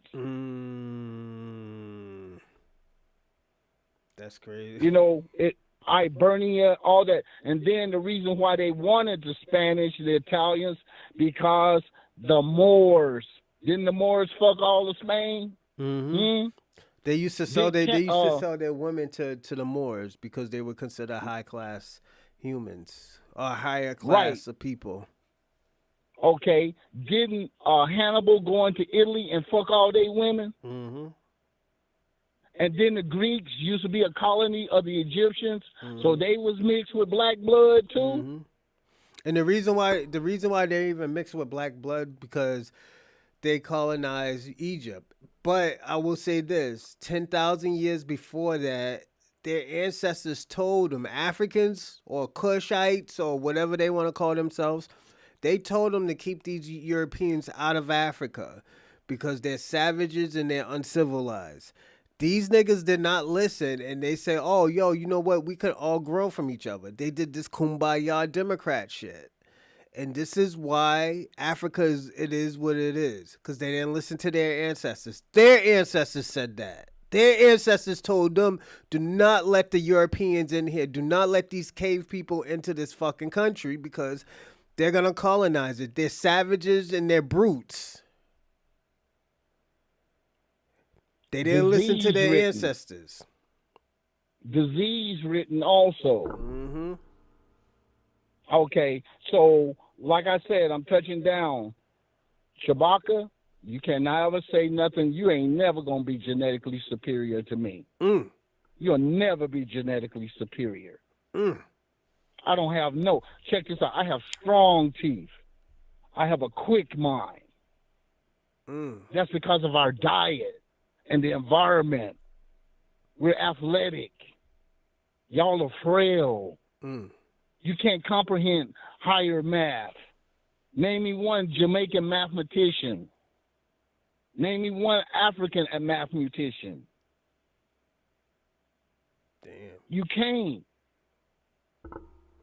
Y'all come to engineering school to learn from us. Y'all come to our HBCUs to get a proper education. So you can save me with that bullshit, Chewbacca and Kwame and Ping. You run from your own fucking civilization. Mm. You run from your own culture. Then you come over here to beating your chest like y'all something. Y'all done did something because you got a shitty one-bedroom apartment with running water and a 24-hour electricity. Like you did something. Mm. I rest my case, Your Honor. Damn. Shout out to Dorsey. Salute, Dorsey. Thank you, man. Y'all lucky this man got an already pre-script program. Because when y'all talk that shit, I have ammo to shoot at your ass. Oh, yeah. But I understand he trying to educate you misfit. Shout out to Ray Ray. The three goofy amigos. Oh, shit. Exactly. Ray. Here, see how us FBAs have such beautiful names? Yeah, We have beautiful ass names. We don't have to adopt a white man's name and shit. Facts. Keep your name Mbutu. Your name Mbutu or some crazy ass shit. Don't change your name to Peter, John, and Paul. Yeah, stick with what you know. And then maybe we can respect you. Mm. You let Christian missionaries strip you of your identity. Mm. Don't come to us with that shit. You pray to a white Jesus even though you in Africa. Mm. Even though Jesus was born in Africa. Y'all still fell for that white man shit. For what? Some jewelry, a mirror, some trinkets, and then you sold your own people. We ain't y'all people. A few of y'all came on the boat, and we mixed with you motherfuckers, but you ain't one of us. Right. Kendrick Lamar did a service to the world when he came out with that song. That's why everybody embraced it. Mm-hmm. You ain't like us. And you're not accepted by the world because y'all with that bullshit. Oh, yeah. So I'm good now, man. I got this shit off my chest. Next time I call, I'm going to have shit for Ping. Oh, shit. Yeah, Ping. I see your little monkey ass up in Canada. Huh? Don't no Eating black moose women fuck meat. with you. That nigga out there eating moose meat. Yeah. No, he's sucking moose dick. That's what he's Oh doing. shit.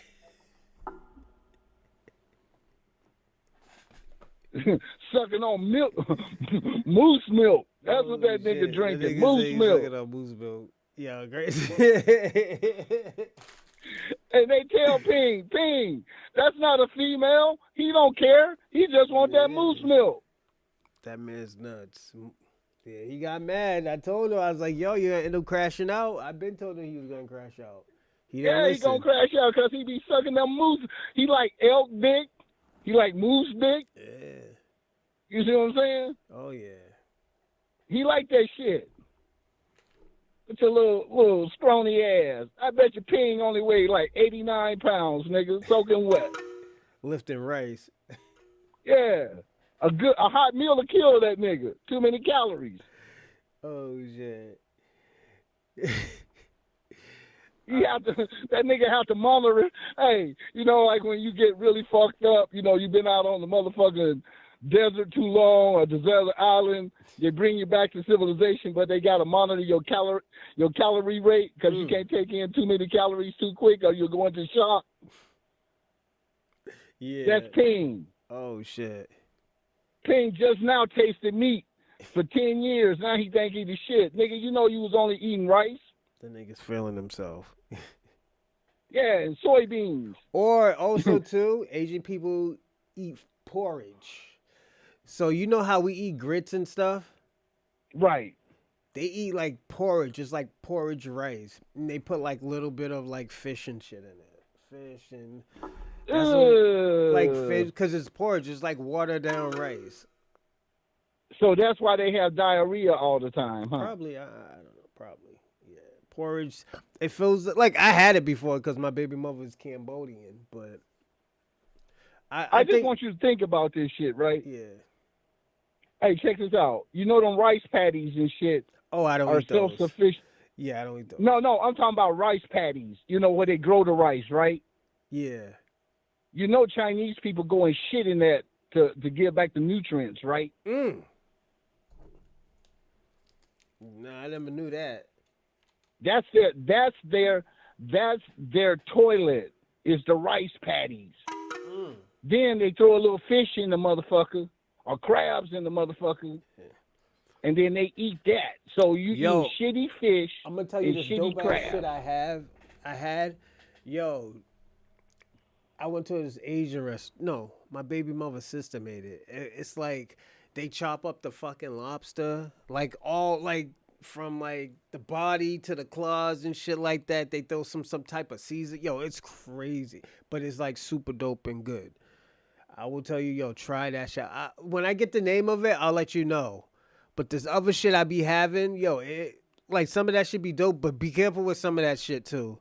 Yeah, those rice patties, yeah, don't eat that shit. That's why I always tell people ask before you eat anything you're supposed to ask. A lot of people don't ask because they think it's culturally disrespectful. No, I always ask, yo, what's in this?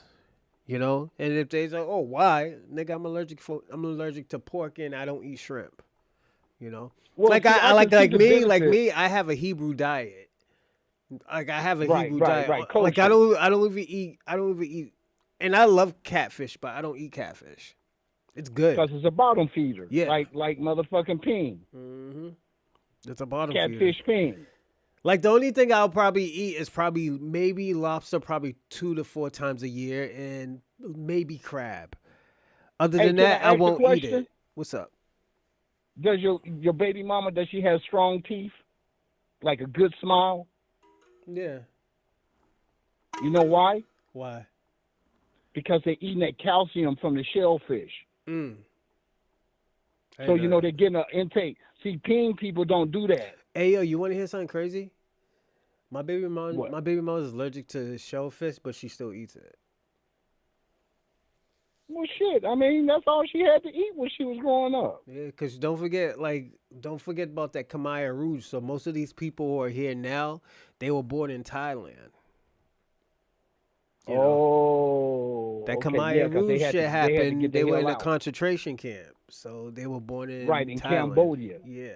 Laos, Cambodia, all Yeah. that shit, Because right? of remember that there was the Vietnam War. Them crazy niggas ran into Cambodia. They were killing all those babies and shit. Yeah.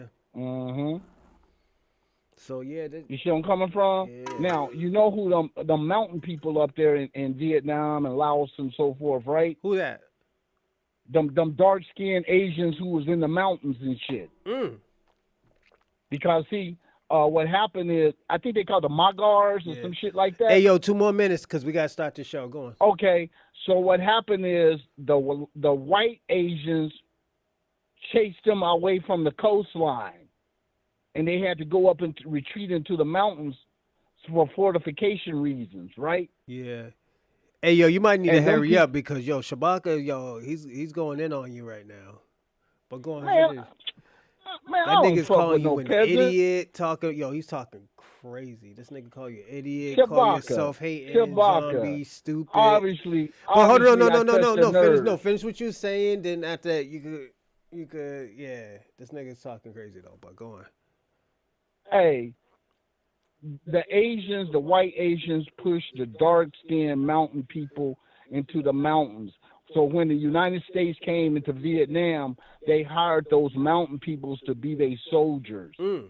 And they was whooping. Them mountain people were so happy to get some guns so they could whoop off in them goddamn Asians' ass. Hmm. They was happy, Yeah, that's why they had to right? run out. The Yeah. Khmer Rouge happened. It was that's a genocide right there. That's a genocide. Mm-hmm. You know, if anybody want to Exactly. know what a genocide is, talk about the Khmer Rouge. My baby mother's father was in that shit. So Mm-hmm. yeah, that like yo, he got the tattoos and shit. Yeah, that shit is real. You know, so it's like I tell people all the time, like, yeah, we joke around and stuff like that, but when shit like this happens, like, yo, we don't condone that shit. Black Americans don't condone no type of genocide nor nothing. We don't fuck Oh, with well, that. yeah. You got to remember those so-called Africans, Yeah. Rwanda. Remember Hotel Rwanda. Yeah, they kill their own Remember people. the intertribal fighting that they Mhm. constantly do, even in 2025. Mhm. Oh, we are so proud. Yeah, nigga, y'all kill each other, rape each other. I'm sorry, grape each other. Y'all do all that foul shit. Then you come over here thinking you're gonna do that to our FBA women. You got another thing coming. That's why motherfuckers don't fuck with y'all. Yeah, we'll Because pack we've you the been fuck out warned of about here. y'all. Yeah, we pack you the fuck out of here. We But pack your ass up. Dorsey, All thank right. you.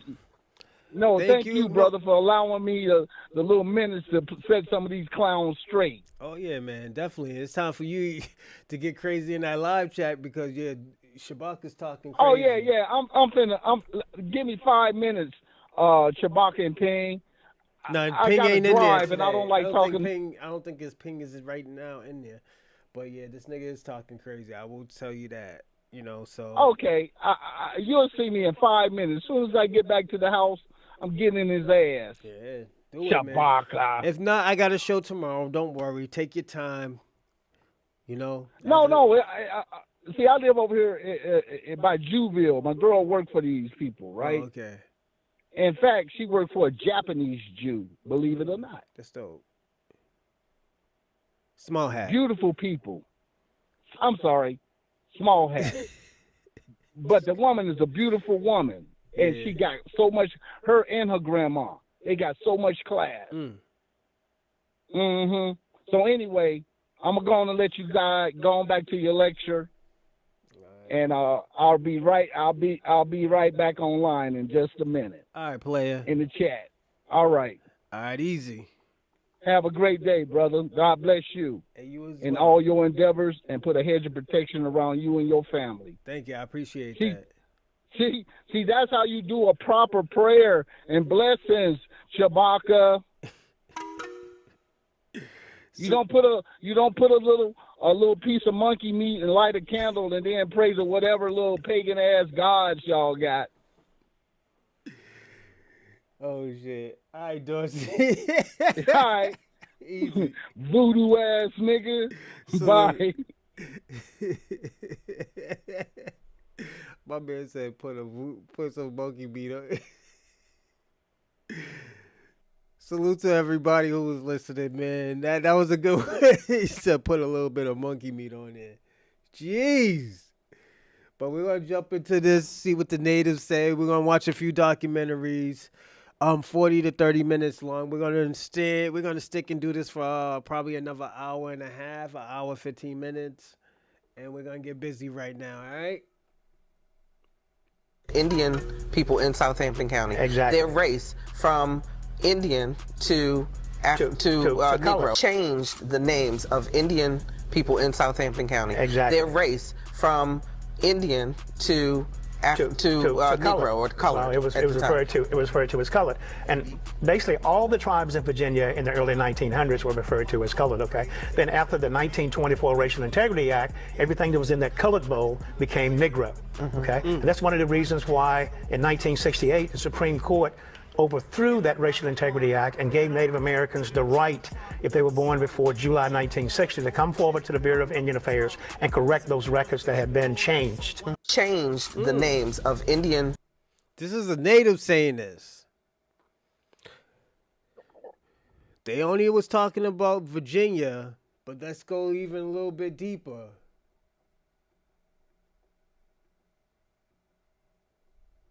Walter by giving up.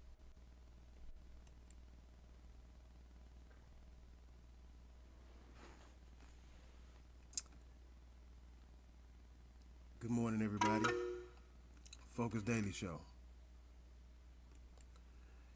I'd like to begin this show as we begin every show by giving all praise due to the Most High and His Son, Jesus Christ. It is through them that I am being sent with this truth as a chance for redemption and mercy and salvation for all.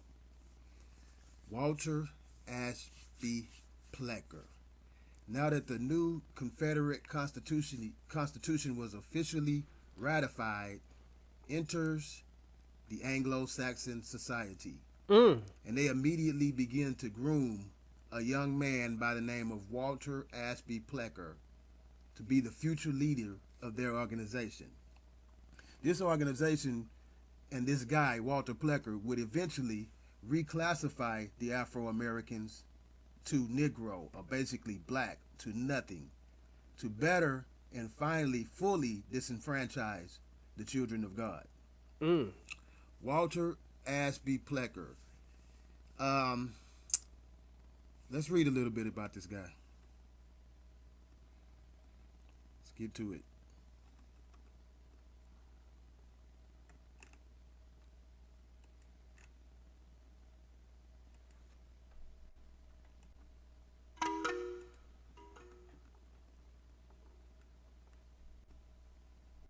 Technical difficulties, bear with me.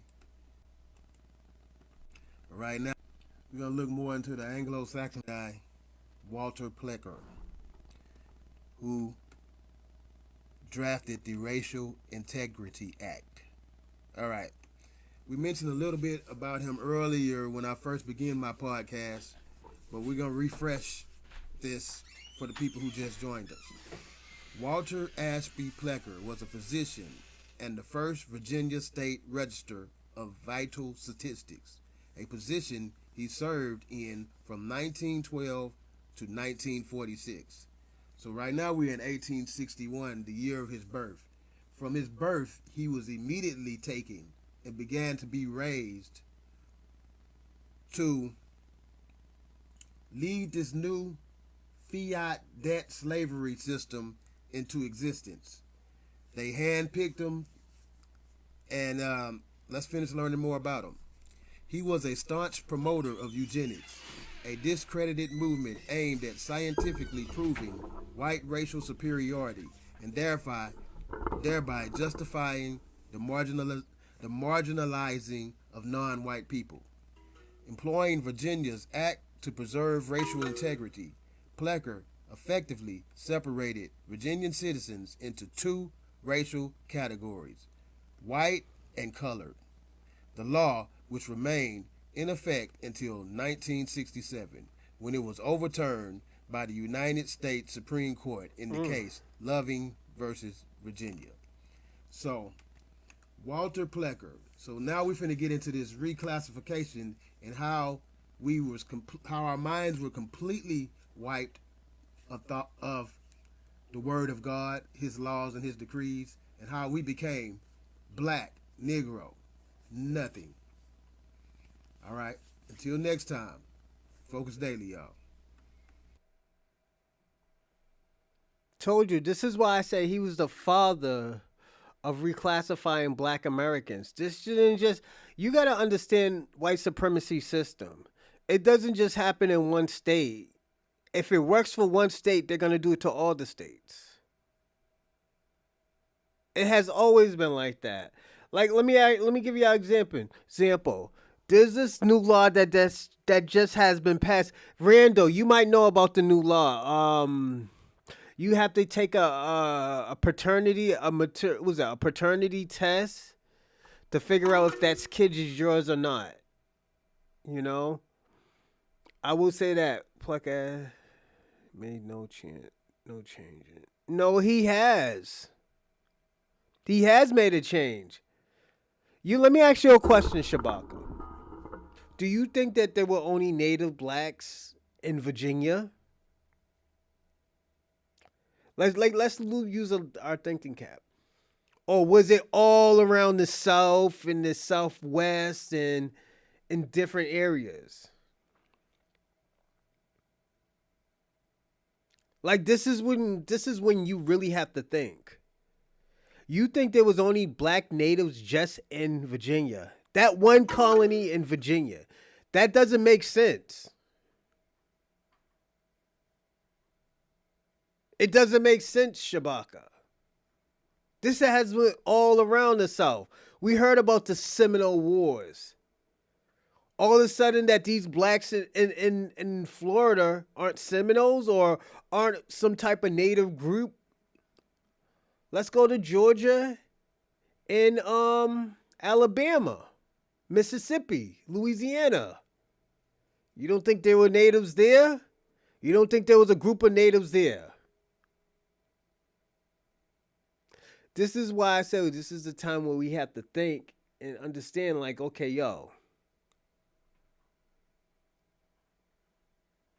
if they're finding black people that were native in Virginia, what the fuck is going down south? Who the fuck are these people down south? Are these people actually really African? Or are these fucking people fucking natives? Are they a part of the native land? Who are these people? These are the questions that we have to ask. These are the questions we have to be like, okay, you know, what the fuck is going on? Why are these black people? And don't forget, niggas used to laugh at black people, call black people crazy, talk about black people saying that, oh, yo, they don't want to be black because they say, oh, yeah, I'm Cherokee. Oh, I'm Seminole. Oh, yeah, my family's from Creek. They used to laugh at us because, oh, bitch, you black. Remember niggas back in the days they used to say that? Now it's starting to make sense saying that, like, yo, these people were natives. They were aboriginals of these lands. Let me tell you something, and I always say this is always offensive to me. When people call black people crazy, I swear to God, I feel like, you know, it's an insult. It's an insult to me because at the end of the day, what makes us fucking crazy because we said like, oh yeah, black people are native to this land. Black people are the native Indians. I personally don't like to say Indians, but I understand why people say native Indians. You know? What makes us crazy? Because our grandparents told us, our great-great-grandparents told us, we found that they were native in our lineage. That's telling us something. Oh, your hair is nice. Oh yeah, my grandmother's Cherokee. Like, let me tell y'all something. If you're over 40, you heard this before. You heard this before. You heard that, oh yeah, I'm part Cherokee. Meet the YouTube. American Indians. Facts. Shout out to Meet meet the YouTubers. Salute. It's true, man. American Indians. How American you can be than us. This is where things get weird. This is where things get funky because at the end of the day, was these niggas actually crazy who was saying, yo, I'm native? My family's from the Creek. They're Creek Indians. They're Seminole Indians. Classified as Negroes and forced to work on plantations. Peace and love, everybody. It's your host, Nikita X, and this is the third episode of the show, Black Movement Radio. And we're going to get deep in Mexico today. Because I'm going to say this, Mexico is not innocent, so we can't sit here and act like Mexicans are innocent. They were a part of this bullshit that was going on too. And I'm sorry to say it, but y'all were.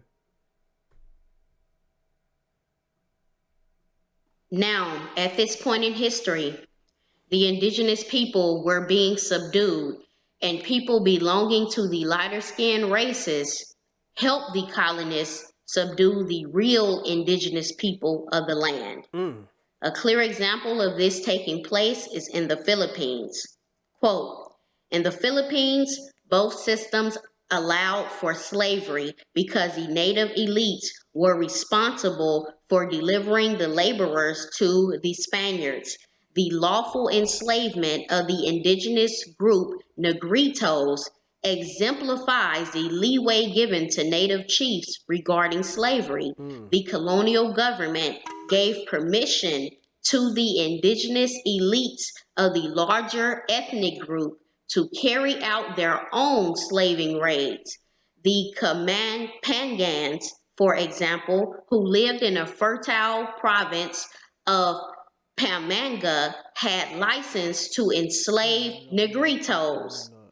The Meet the YouTubers. You're right about that. Pagans, you understand what I'm saying. Excuse me for the mispronunciation. The Capamangans were allowed to go to war against their natural enemies, enslave them, and make them work in the rice cultivation. End quote. So later on, Negritos were reclassified as Negroes and lost their indigenous status and became Negro slaves. Now, there are other words that that they say that the Negritos, they say there really are Aeta, like Aeta, okay? Because Negrito means little Negroes. And I'm not sure what they were called at that particular time when their nation was being subdued by the lighter-skinned natives.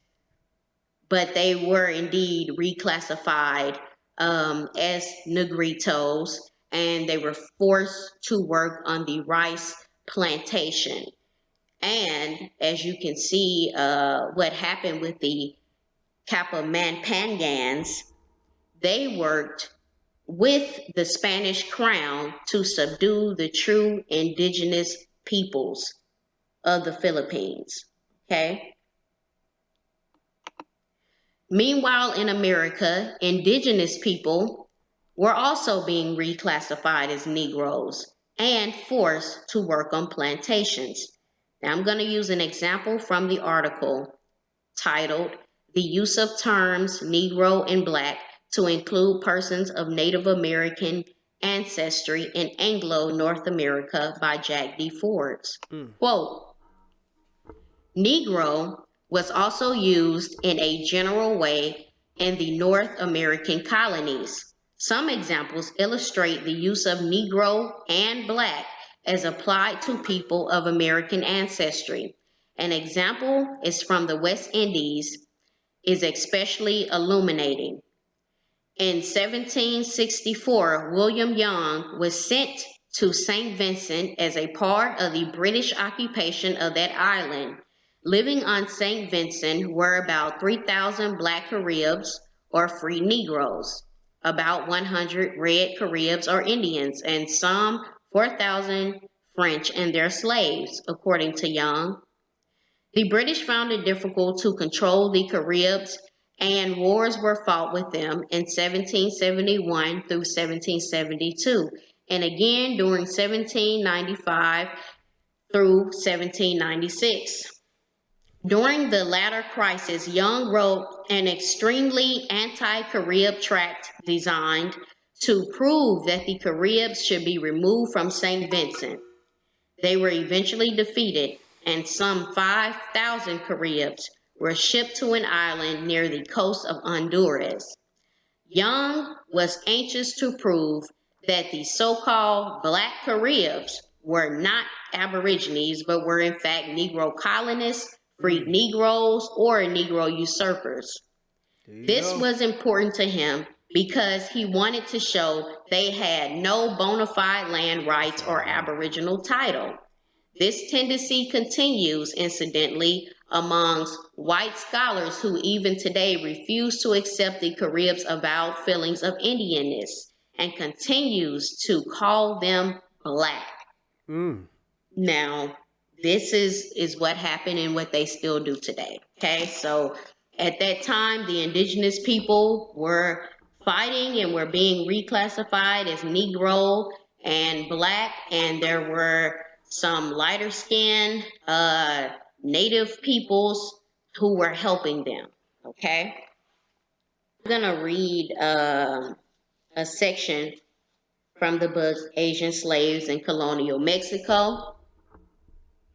And this is about another way that was completely a reclassification, or what we would call a genocide on indigenous people through reclassification. Okay, so this is from the page 110 in Asian Slaves in Colonial Mexico. All right, so quote, "The devastating demographic collapse of the indigenous population in the 16th century transformed the labor system in Mexico.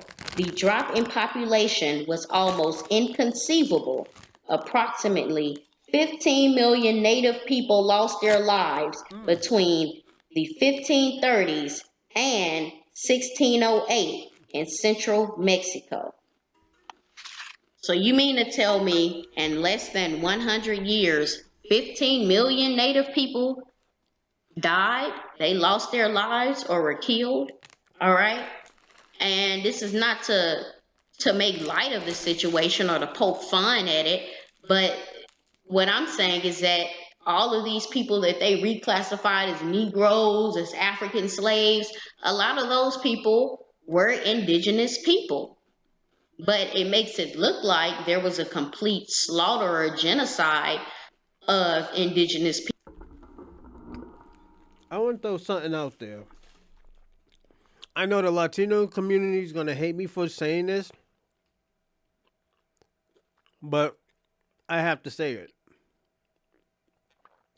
The people we consider Mexican, how do we know that they were native if there was 15 million of them killed? If they were genocide? Wouldn't they be more African and African Slavic or African Slavic in a conquistador? They wouldn't be much of a they wouldn't be much more of a native, if you ask me. Only native side that they will have is probably Slavic. Can we say that? But the Moorish and Aboriginal side, no.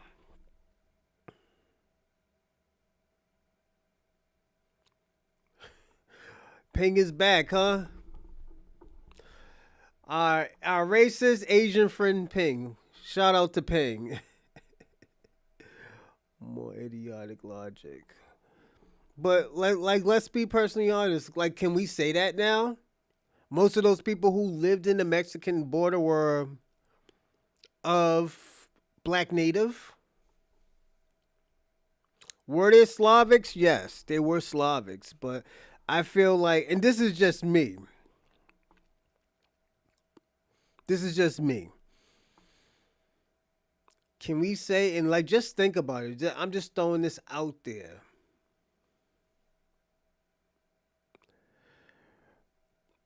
Can we say that there were probably more black natives than Slavic aboriginals in Mexico?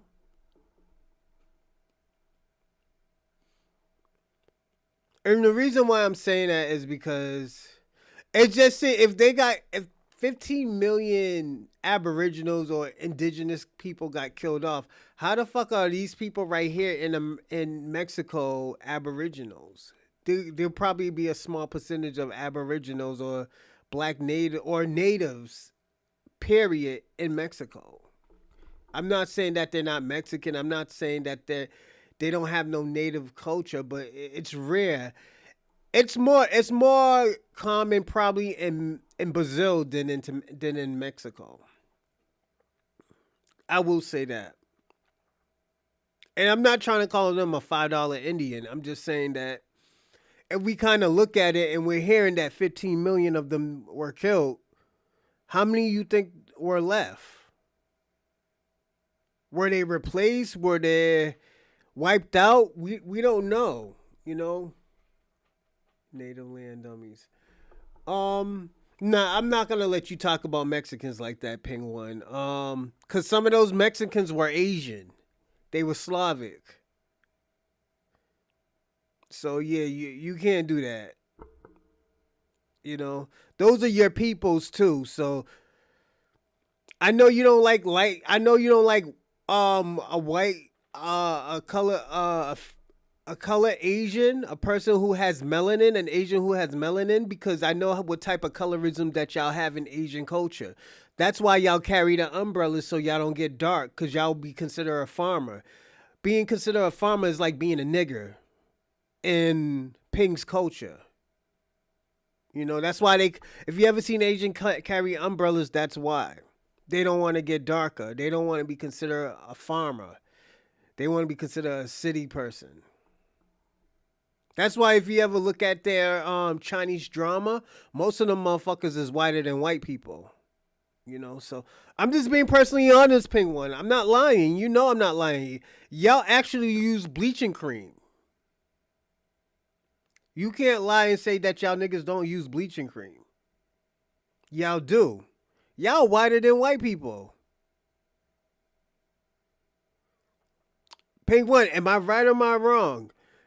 Y'all are whiter than white people. Especially your actors and actress.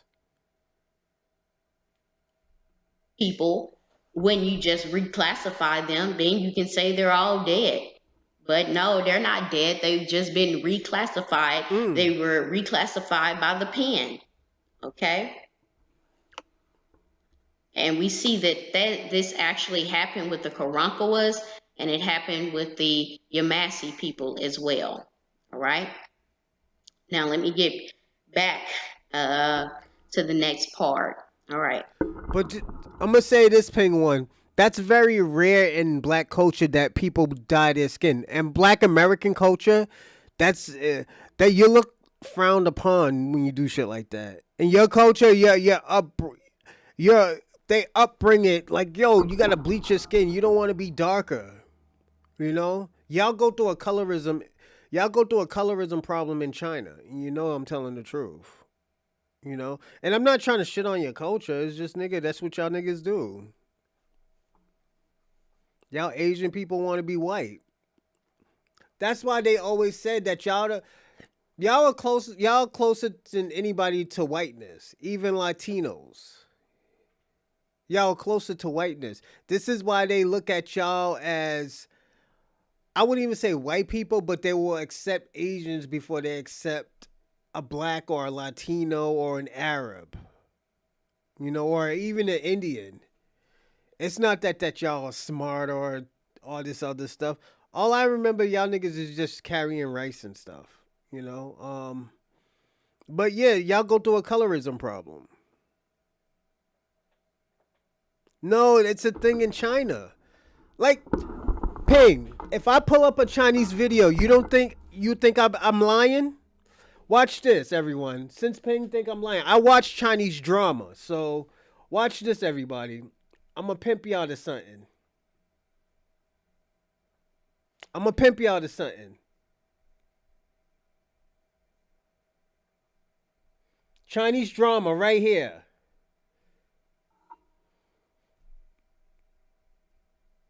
What is that guy? You could tell he been bleaching. You could tell that guy been bleaching. Let's try another one. Let's try another one. Oh, whoa. White, white,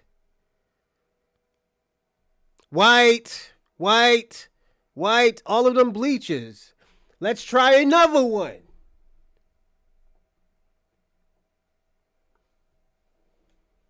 White, white, white, white. Hold on. Hold on. Let me turn up the light. White, white, white, white. Y'all go through a colorism problem. Yes. I watch Chinese drama. I'm letting you know. Let me do one more just so you don't think I'm bullshit. Let me pick a random one. This one right here. I'm not even finished watching this one. Oh, he's dark. Why is he dark? Because he's homeless. No, look at this.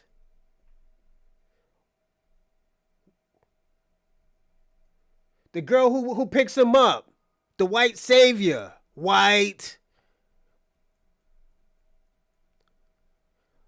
The guy who she loved. White, white, white, white.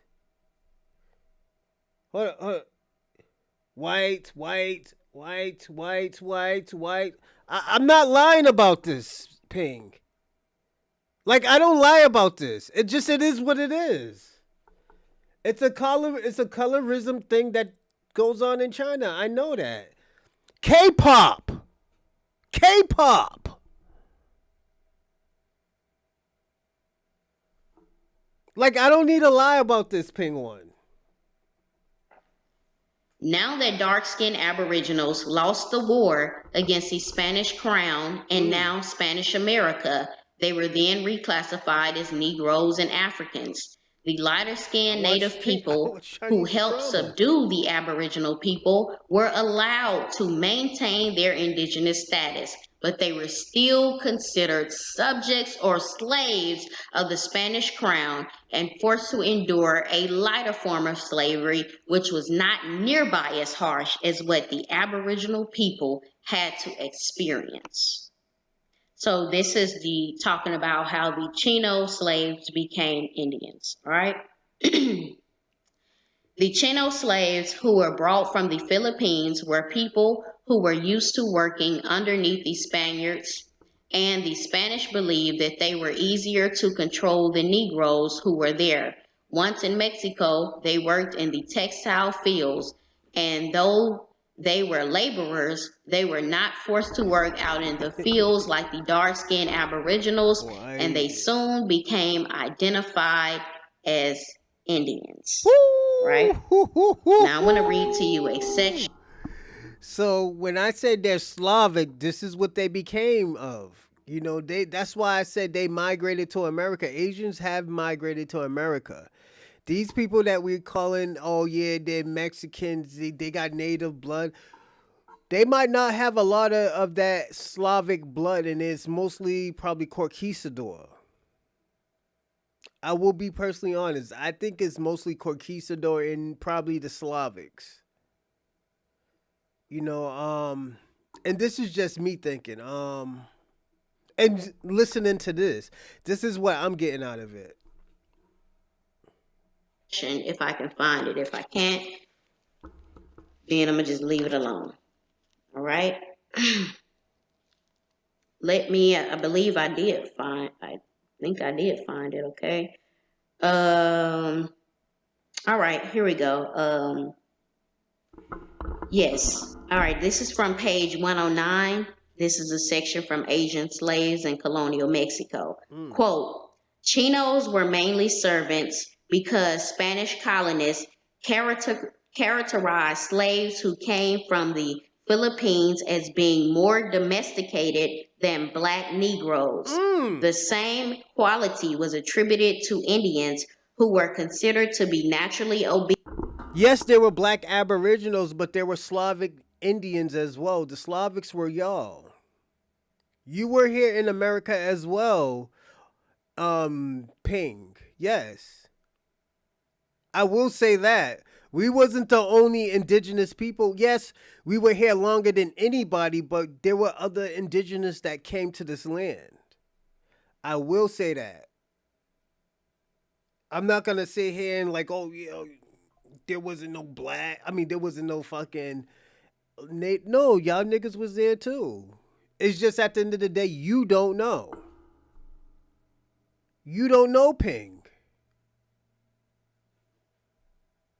And to have an aptness for service.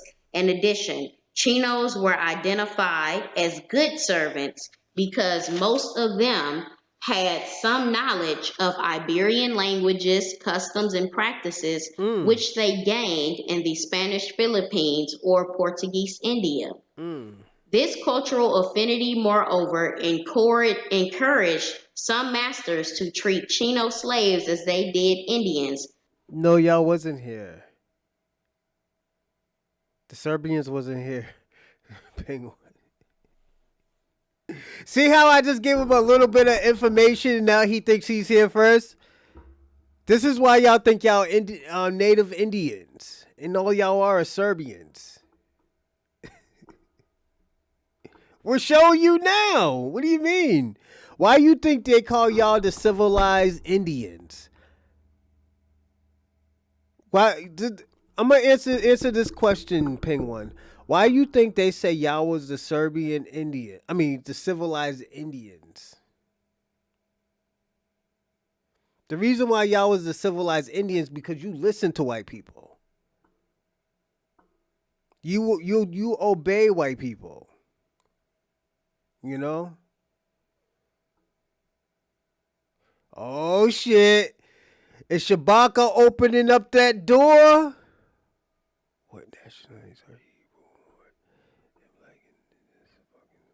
No, Slavics are like Asian. They're like Asian whites or some shit like that. Were they mixing with us? Yes, they were mixing with us. I will say that. But at the end of the day, they had their own ethnicity. What I can't do is take their ethnicity. Absolutely not, because that's their ethnicity. I'll be an asshole to do some shit like that. You know, so yeah. That's why I'm giving you this information. This is why this is an educational topic today. We're having an educational show today. We're listening to this lady right now explain what's going on. There were Asians here in America. Some was imported here. Yes, they were by their own will to build a train track, but it was just to expand. The United States and Canada was black tribes before the Asians came over here. Thank you to Shabil Journal. Salute. Thank you for the information. That's another person talking, Penguin, that they're telling you. This is why I said, yo, this is an educational show. This is why we're getting that. This is why they call y'all the civilized Indians. Us, we was the rebellious ones. We was the ones fighting. We was the ones getting busy out here. We was the ones cutting off and scalping people. Y'all got along with the white supremacy. Y'all actually had black native slaves. You know? Thank you. You know, but it's just y'all actually had black native slaves. You ever heard of what's the dude off of Rush Hour Kung Fu Kenny from Rush Hour. I forgot his name. He plays in he played as War Machine in Iron Man.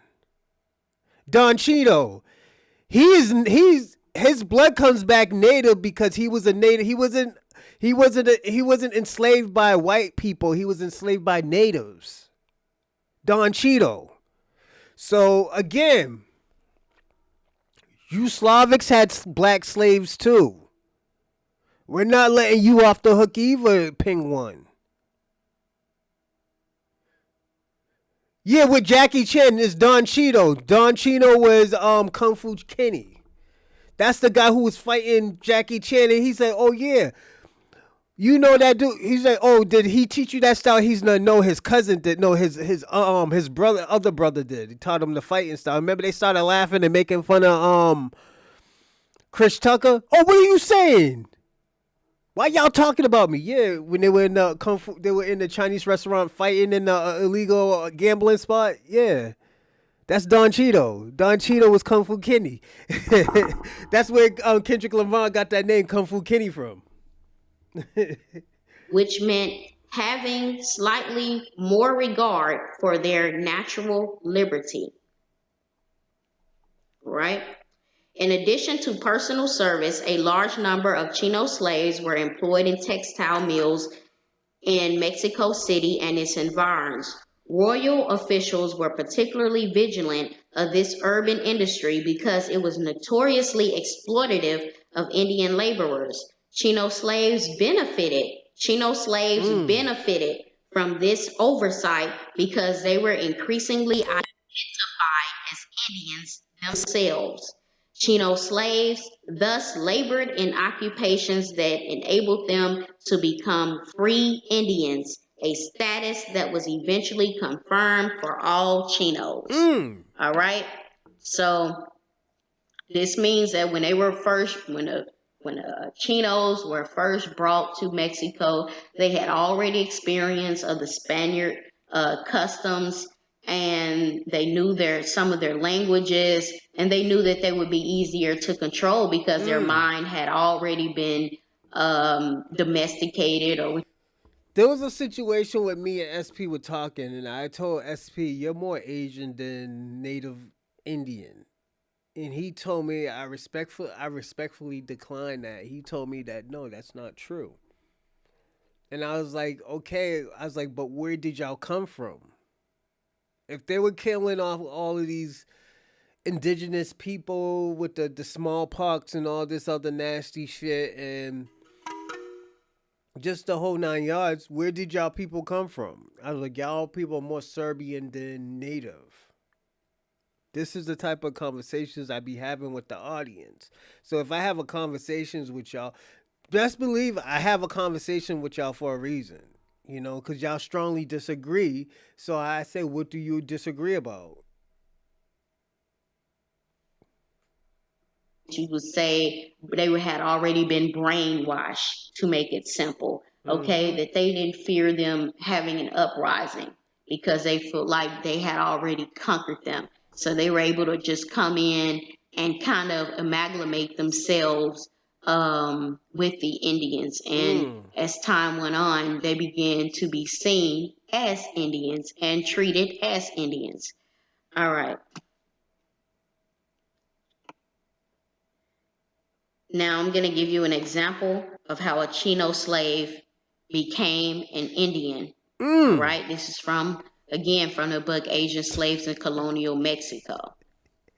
Quote, as in Iberia, the capture and sale of Muslims was permitted under canon and secular law. In 1570 and again in 1620, the king declared that it was legal to enslave Muslims in the Philippines. 2 Spaniards testified that Bartolome was indeed a slave because he was a son of Maria Convexo, a Muslim slave who traveled with her master, Governor Tabora, to Mexico, where Bartolome was born. No doubt, Maria. Pay one. What we're talking, I know you're Asian, but what we're talking about right now is this is historical facts. of what we're talking about. These are scholars that are talking about this. And like I know you don't like to hear that because at the end of the day, like I said, you were in America. But they just use y'all to just reclassify as Mexicans, Latinos, the whole 9 yards. Why do you think those people look Asian? Like why you like let's look at El Chapo. We know El Chapo's what, Mexican or some type of Latino. But don't he look closer to Asians? Y'all came from black people. Nelson Mandela. Nelson Mandela looks Asian. You don't think he has Asian DNA?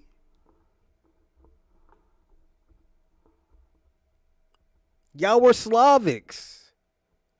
You're part of this Latin community, Dorsey. I mean, not Dorsey. I'm sorry, Dorsey. Ping One. Yeah, the truth hurts. It hurts. They using you as a buffer class. They used you as a buffer class. Now you have a ethnogenesis of Slavics running around in certain countries, saying that they're native to the land.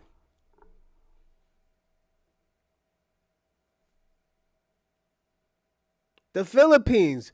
And let me give you a question. You know why they call it the Philippines? Because King Philip owned that fucking country.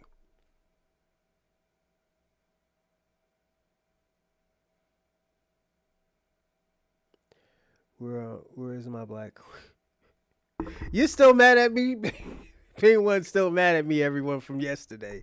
Hey, I took that show off of YouTube just for your own sake, Ping One, because I don't want people to think that you're racist. You welcome in advance, my nigga.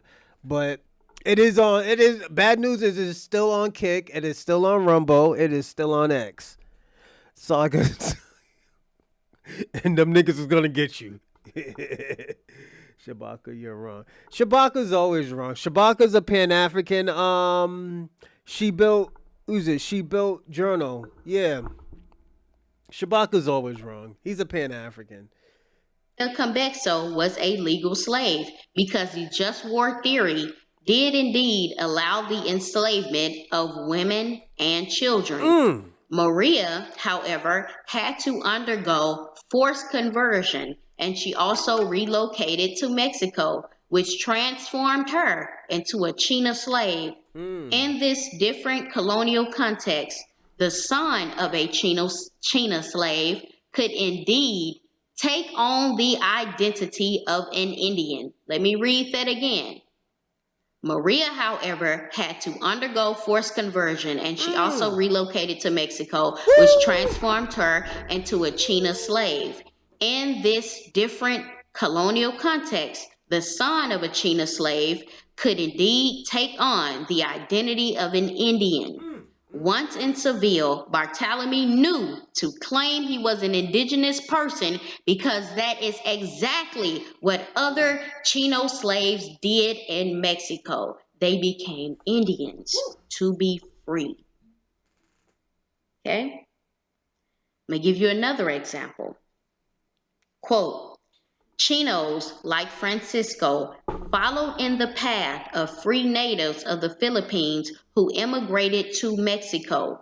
The Filipinos, confusingly called Chinos as well, laid the groundwork for Chino slaves who, like themselves, became indigenous vassals of the Spanish crown after Chino slavery was abolished in 1672. Over time, all of their diverse ethnic identities were folded together into one Indian identity. Filipinos thus became part of an increasingly multi-ethnic population and took part in redefining Indian identity in Mexico. End quote. But this did not work. Redefining yourself did not work for all Chinos, especially the ones who were probably the indigenous people of that particular land, but the ones who looked more so like the Negritos, they were not able to reclassify themselves as Indians. Okay.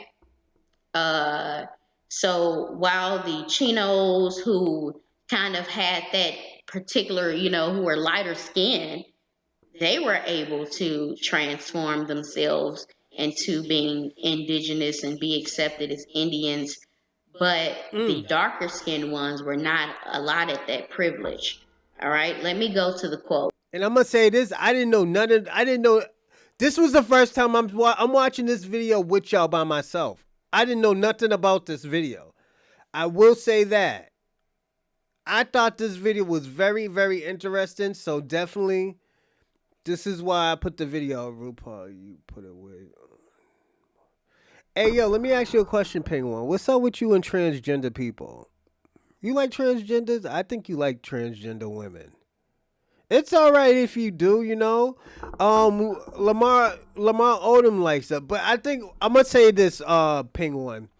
I think that's a Canadian culture, cause Dylan Brooks likes transgenders. I heard he likes transgenders. So I think it's a Canadian culture thing. And what's that? The wrestler he's married to a transgender. So there's nothing wrong with that. But let me throw something out on the table for y'all. Are Mexicans Philippines? That's the question I'm asking right now. Are Mexicans Filipinos? That's something to think about, because you got to look at it. There's a connection with the Latino or Mexican community and Asian communities. They both, when they kill you or if they're part of some type of gang, they all have machetes. They all wear, like their culture, they all have some type of makeup or some type of like tribal look. So I'm starting to see the connections between Latinos and Asians. And this, and there's nothing wrong with it. It's just, or let me give you an example. Asians and Latinos, they're kind of womanizers. They like to repopulate kids. Like if they're on a land, they want to have a whole bunch of kids.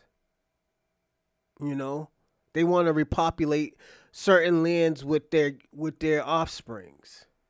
Like look at China. The biggest population of people is in Asia or China. Same thing in like certain Latino countries. But you got to look at it, when they go over to other countries, they do the same thing. It's offspring warfare with them, So yeah. It might sound goofy, it might sound crazy, but at the end of the day, this is what's going on. And I don't see nothing wrong with it. If you want to repopulate, you can repopulate. I'm not saying that it's a bad thing. I'm just saying there's a connections between Latinos and Asians. Most people don't see it, but I do see it. All right. Quote, as the 17th century wore on, inquisitors increasingly looked to skin color to make the distinction between who was a slave versus who was an Indian. The logic was as follows. An Indian was someone who, quote unquote, looked like an Indian. Chinos looked like Indians, so they were Indians, not slaves. Slaves were people with African features. For instance, in 1665, an elder turned in a runaway Chino slave who had blasphemed. Some testified he was a mulatto slave, and others called him Negro. The wording of these testimonies suggests that in 1665, the word black was being used for slave. The accused did not have to testify or even identify who he was. Everybody, don't forget to like and subscribe and comment in the live chat and stuff like that. But my biggest thing I want y'all to do is share. And also subscribe. If you want to donate, I'll throw it in the live chat. Or also you can look at it in the description and pick which one you want, from Super Chat to Cash App to Venmo. If you need me to do anything else, I will do it. But those are the three that you can choose from for donations. If you can't donate, just share for me for right now. Until I know, and like I said, I know that times is hard right now, so I'm not gonna. I need to look at the time sheets. I'm not gonna beat you up on it, but at the end of the day, I just need you to share so we can have more people on here. So that's even doper. And thank you for everybody in the live chat. But don't forget to hit the like button too. Was the judge simply accepted the categorization of the Spanish witnesses and treated him as a slave. The unnamed Chino looked like a slave, so he was under the court's jurisdiction. Individuals who had African features or whom witnesses described as castas, meaning people of mixed heritage, were not identified as Chinos or Indians. And Also, too, I want to say this. Everybody send their prayers to Mike Rotunga. If you don't know who Mike Rotunga is, it's the IRS R&R shyster. Back in the day, he used to be in Money Incorporated where Ted DiBiase. He's on hospice right now. If people don't know what hospice is right now, hospice is when you're gonna die, it makes you feel comfortable. I started learning about that probably 8-9 months ago when one of my clients passed away, and shout out to her too. I grew up watching wrestling in the 90s, so definitely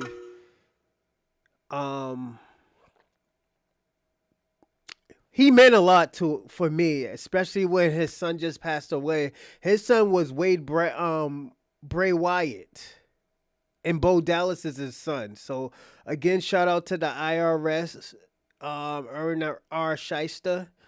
He was the guy who's like, pay your taxes. That guy in wrestling. But again, shout out to him and his family. Send prayers to him, and hopefully he has a comfortable passing. Like I said, my favorite wrestler, y'all already know, is Mr. Perfect, but he is passing away. So again, send your prayers and your love out to IRS again. individuals who did not resemble Indians, in other words, remained under the court's purview. So this means that if you had some African features, they'll just throw you in a bunch and call you an African. Or they'll just call you black or a Negro and you'll just be a slave. Okay, so that's how it worked. It was pretty much a caste system.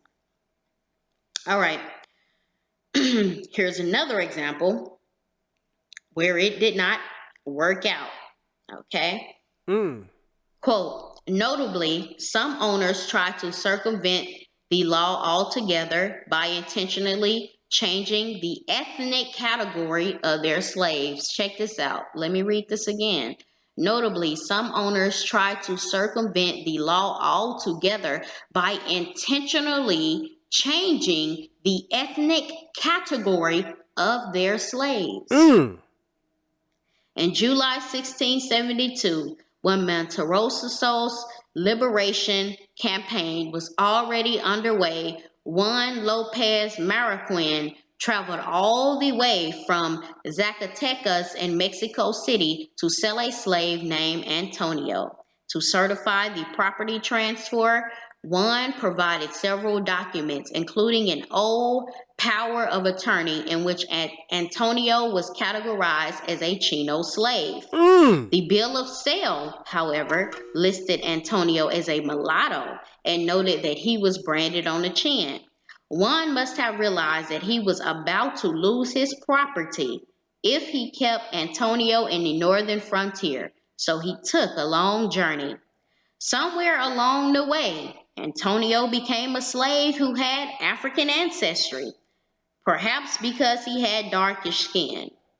Juan also took the added precaution of having Antonio marked as a slave on the most visible place on his body. Having forced this transformation on Antonio, one was able to sell him to a buyer who undoubtedly counted on keeping Antonio imprisoned in his textile mill. Okay, so that's how that worked out for the darker skinned Chinos who had these African features. They were reclassified, their ethnic origin was changed, and all of a sudden they became African. Okay, same thing that happened to us who are indigenous here to America. We somehow now are African Americans. You know, we've been classified as Negro, colored, Black, Afro American. Now all of a sudden we're African Americans, okay? So let me just keep going. All right. Chino slaves were not indigenous to America, but were allowed to reclassify themselves as Indians to be seen as indigenous Americans legally.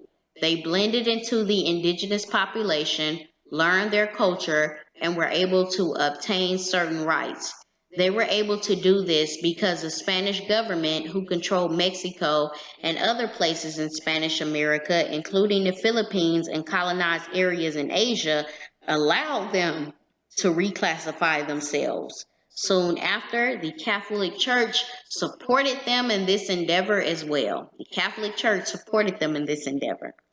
Even with their newly obtained status as Indians, Chino slaves were not independent people, but were merely subjects of the Spanish crown. Quote, throughout the Spanish Empire, colonized indigenous people were generally called Indians in reference to their geographic origin in the eastern and western Indies. So, Ping One, now you see how you got to the Latin country. Yo, Ping One, that's how y'all people got to America. Ping One, this is how your people got to America.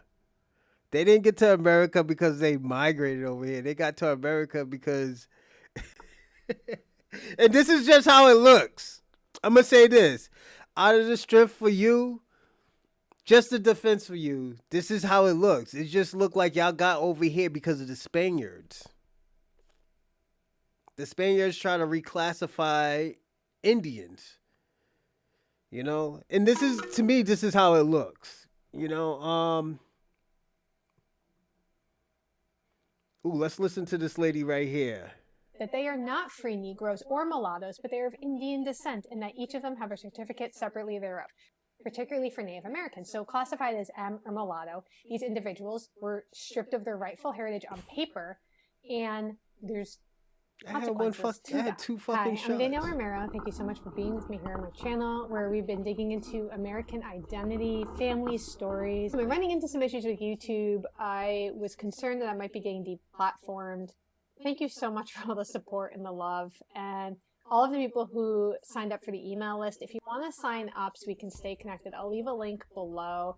I'm still trying to work out what to do with that. And I also just got on Twitter, or X, at I'm Finding Lola, and I'd love to have you join me over there. So this is going to be probably the most... I'm just saying, Shabaka, they just said that they genocide 15 million indigenous people. Then they brought the Philippines to Mexico. This is what I'm saying. I'm not, and you got to look at it. Mexicans are small. They're not that tall. So what I'm saying is, maybe they reclassified Mexicans. Or they reclassified the Philippines. This is all I'm saying. Penguin, you can get mad at me all you want, but this is how your people got to America. Like, what the fuck you want me to say, my nigga? You're Slavic. You're Slavic white people. This is why you can fit in with white supremacy. This is why you can fit in with white culture. This is why y'all niggas think y'all all white. Because y'all niggas is Slavics. Y'all niggas is not even native. Y'all niggas is Slavics out here. Like, why are you mad at me and we're watching videos? We're watching we're watching historical fucking facts right now. And I didn't even know. Yo, Ping One, let me tell you something. I didn't even know this stuff. I didn't even know none of this stuff. We're just doing this is why I said this is an educational research show. We're researching this shit. We're researching this. Why are you mad at me? Because we knew how your people got off. Controversial video I've ever filmed, which is saying a lot. Shit. I don't think it should be controversial. But I want to give 2 caveats before we jump in. Go on, sugar. Even if this is not your story or doesn't have anything to do with your family, I think understanding our neighbor's history is important. And so I encourage you to watch this. And I would also encourage you to watch the work I've done on the Italian American experience, the Irish American experience, the Polish American experience. The second part is that I will never, ever erase African American history. I've been blessed enough to be able to trace an ancestor or like fifth great grandfather from Africa across the Middle Passage. She built journals. You're right. There are wicked people out here. And connect that all the way to Ping One's pissed right now. I think that sometimes when we start delving into he's mad right now. Ping One's pissed. Indian, mulatto thing, we look at it as an either or. It's either this is true or this is true. And I think we need to look at this as a both and. We can have 2 things be true at the same time, and it doesn't negate the other necessarily. So this video might get uncomfortable. Stick with me. And after you watch it, if you feel like this is a conversation that needs to happen on a broader scale, would you share this video and help it get out there? We don't all need to agree, but I think we need to all be a part of the conversation. We're going to embark on a journey today through time and terminology, particularly with the term mulatto. Now, I know that's a loaded term, and a lot of my family has been described as mulatto on census records, and it's often perceived as a label for those who are of European and African descent. And if you were to look it up, the definition would quite literally be someone who's basically half European, half African descent. But historical documentation sometimes contradicts that. Y'all hate Shah. All right, salute to you. Y'all hate Shah. All we say now is, and this is how I'm going to start off. I'm just watching these videos with you. And I'm figuring out this shit myself. But at the end of the day, y'all Latinos are more fucking Asian than fucking indigenous. I got to be personally honest. And I'm actually starting to see it. You know? But the thing about it, the Spaniards brought you over here. The Spaniards brought you over here. The Europeans brought you over here too. You can't get mad at Black Americans for saying like, oh, whoa, nigga, we didn't even know we were here. You know? You can't get mad at me for that. This lady's indigenous. This lady's Native, Indian, and Black. She is. Review. It reveals a surprising and very overlooked narrative. This is the application of the designation mulatto to individuals of Native American ancestry. So this isn't just an academic exploration. I'm going to share documents from some lines of my family. That nigga Ping One's pissed. To me, this is a quest for truth. It's a quest for identity. It's not. And this is why I tell you I live in your head rent free, Ping One. Story. And I think for I don't pay no rent, nigga. We are not professionals, and like I'm not, and I'm trying to find my family.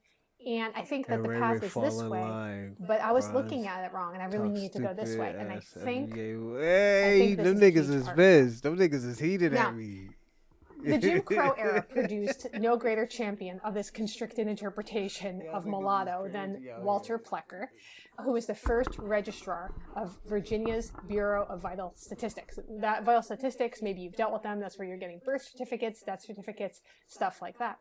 He was an avowed white supremacist and an advocate of eugenics. Plecker drafted and lobbied for the passage of Virginia's 1924 Racial Integrity Act. This required the state to only recognize two groups of people. You're white or you're black. Basically, he said, listen, you're either white or you're black. I don't We're live not with my doing parents, any nigga. more Are you crazy? in between. Nigga, I got kids out here, nigga. And Plecker Think I'll be personally living with my parents? I oversaw got kids out the here, nigga. You alteration wildin'. of Virginia birth certificates. I've seen sources say he oversaw all, at that point, death certificates and voter registries, removing Indian and replacing it with Negro or black. Now I'm going to pause again. I don't think this means that everybody that's listed as mulatto or black or Negro on the census record is an American Indian. That's not what I'm saying. But what I am saying is that there are plenty of American Indians who were labeled as such purposefully. And a woman in New Orleans named Naomi Drake did the exact same thing at the same time. She would try to figure out, like, if someone had died, were they buried in what is considered a black cemetery? And if you attended the funeral as a family member, then you were on the list to have your birth certificate changed. And this had far-reaching effects. We're thinking Jim Crow era, Louisiana. And if your birth certificate got changed from white to black, that is going to completely change what's available to you for jobs, for services, for all kinds of stuff. We're talking about hypodescent. Hypodescent is just a fancy way of saying the one-drop rule. And so it was this idea that you're either white or you're black. Doesn't matter how you look. We're talking about your lineage here. Oh, she called So it this is stupid. setting the stage for these court cases and anecdotes that I want to discuss with you. And I Where want you to talk just about a called court them case stupid. that has to do with some of my family, the Goins family. They were, sometimes they're Melungeon, sometimes they're Redbone over here, sometimes they're Native American over here, sometimes they're African American over here. But first we're going to talk about issues of people who were recorded as mulatto but had no African heritage. And remember, people weren't taking DNA tests. We can't know anything for certain, right? And even with today's DNA tests, like, you can't know for certain. But there are many, many examples historically of people that were Native Americans who were documented as black or mulatto and they had no African heritage. I This think is we in listened to this 1871. before. The North Carolina Joint Senate and House Committee were attempting to ascertain causes and conditions surrounding civil unrest at the Southern Carolina border. I ain't gonna bore y'all with this, but we will watch how all this stuff basically started. I will tell you this. We're gonna watch this and we're gonna see how most of this stuff started. You know.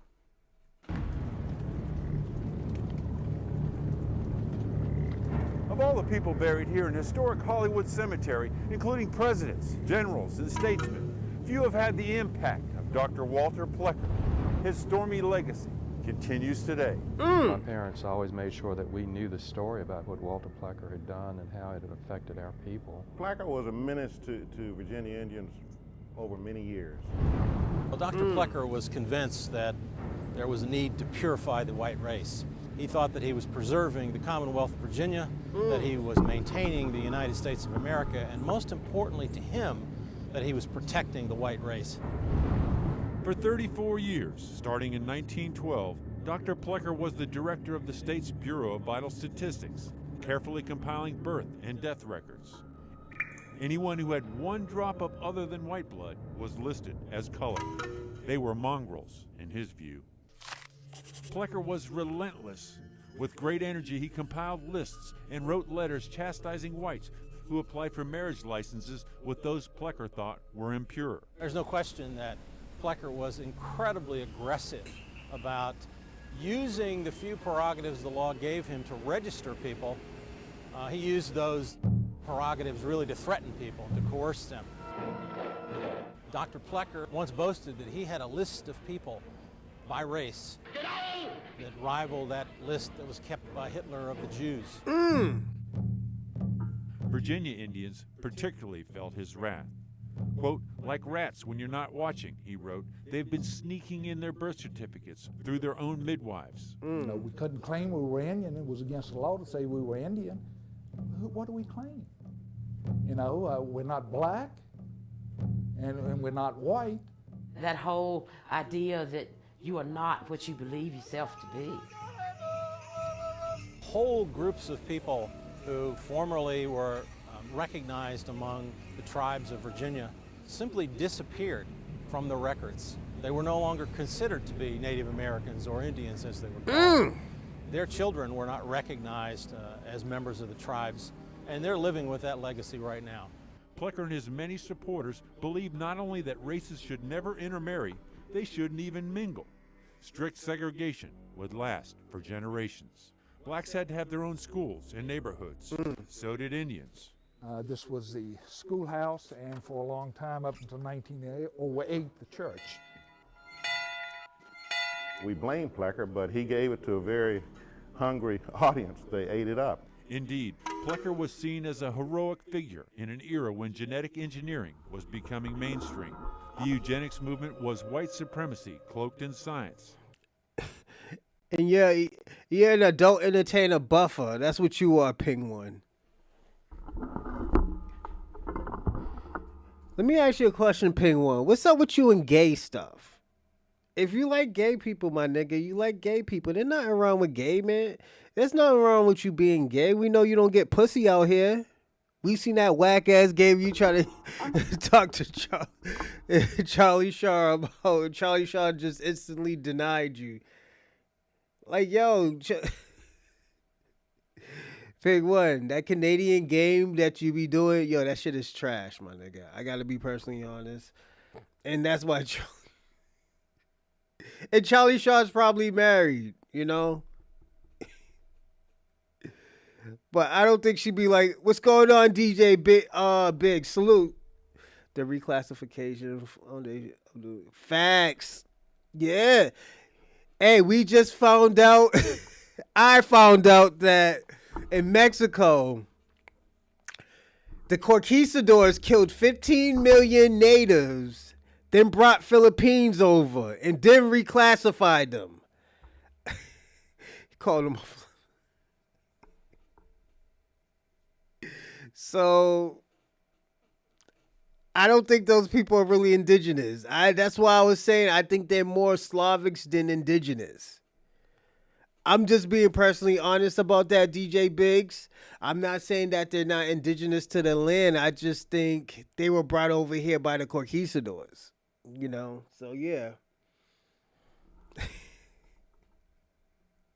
Its supporters were many and influential, from leading academics at University of Virginia to wealthy industrialists. We have to remember that in the 1920s, most people lived on farms. So people knew about livestock. They knew about growing corn. They knew about culling the herd and getting rid of the ones that weren't any good and keeping the ones that were the most sound. And so these ideas of animal husbandry were useful to people making biological arguments about society. There was a lot of cross-pollination between Virginia's movement and Adolf Hitler's quest for a master race. The Richmond Times-Dispatch editorialized in 1924 that racial intermingling would ruin the white man. Quote, once a drop of inferior blood gets in his veins, he descends lower and lower in the mongrel scale.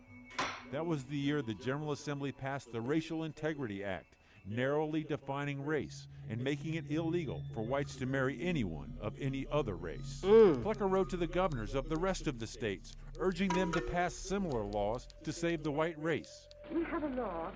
There's a sterilization law that's passed in Virginia, upheld later in the United States Supreme Court, allowing some 60,000 plus people to be sterilized in institutions, 32 states all over the country. Well, we're trying to help them, Alice, and you too. Have your entire family sterilized. The Racial Integrity Act, which Plecker pushed, stood until 1967, when the appropriately named Loving case about an interracial couple led to a U.S. Supreme Court reversal. But the damage to Virginia's Indian tribes continues. There are more than 560 federally recognized Indian tribes in the country, but none of Virginia's tribes, the ones that helped the settlers survive, have that crucial recognition, because Walter Plecker did everything he could to destroy evidence of their existence. I don't know that you can ever atone for. Why that lady got a mustache? And we are people who believe in forgiveness and humanity and brotherhood. And so let's make today a new day. In less than a century, what Dr. Plecker feared the most has come to pass. I'm sure that Dr. Plecker would be shocked to walk through a city like Washington, D.C., or for that matter, downtown Richmond, and see that there were people of different races walking hand in hand. It wasn't the world that he looked forward to. He really looked forward to a very different, much more restricted world.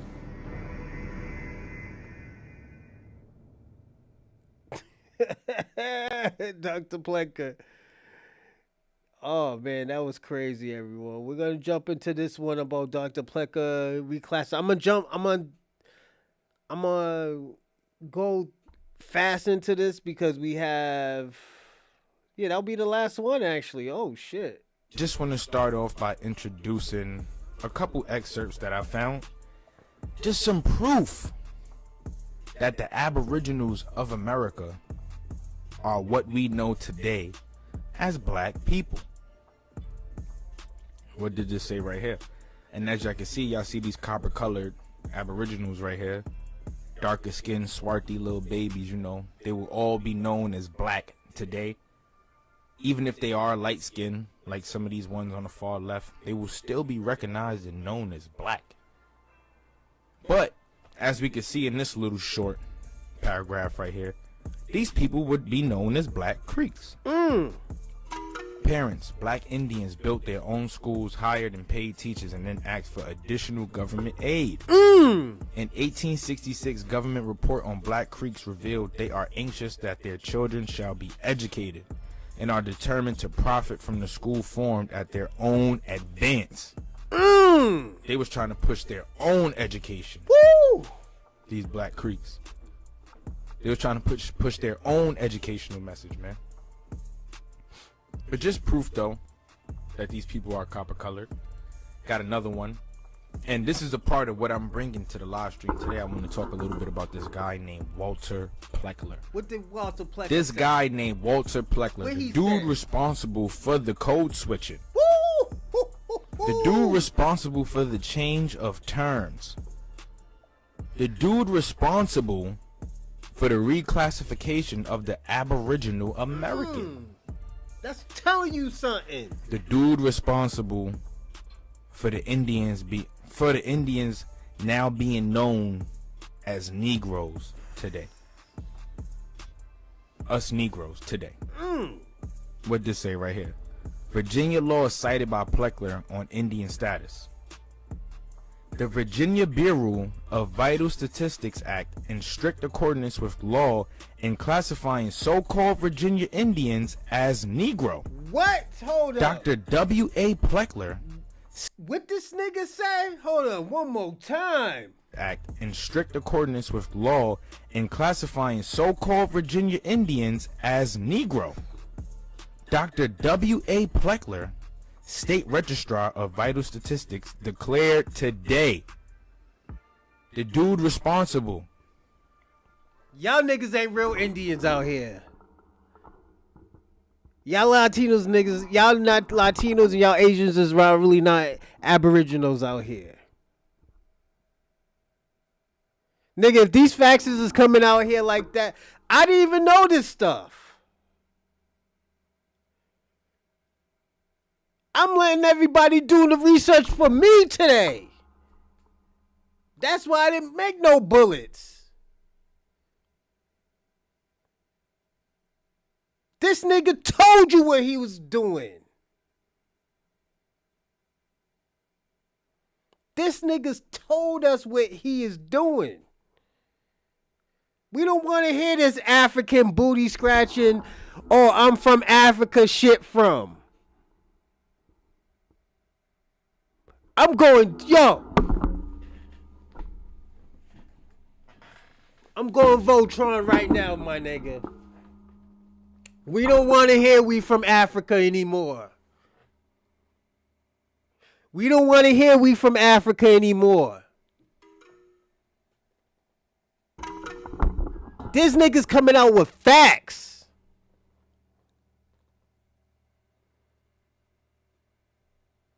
This nigga's coming out with facts. We don't want to hear that Pan-African shit anymore. We don't want to hear that we from Africa shit anymore. You're mad right now, Ping. Like I said, I mean, nigga, I live in your head rent free, nigga. telling the landlord to do something, nigga. Let me see you do something. I'm testing the waters. What you doing now, huh? How you living? All I gotta tell you this. Where y'all niggas from? Where y'all niggas really from? What, you say you from here? Hold on, no. Let's check that genealogy. That shit might say Philippines, nigga. Let's check that genealogy, nigga.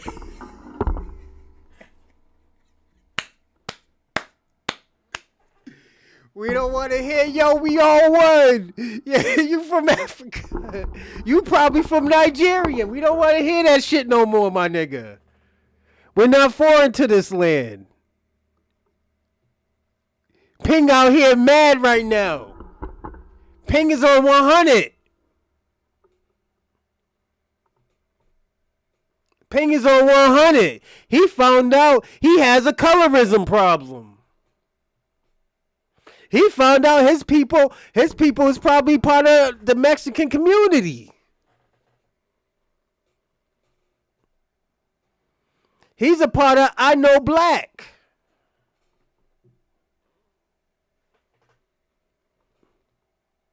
Ping is mad out here. I'm living your head rent free, nigga. I ain't paying a dime. Eat a dick. This is what I do out here.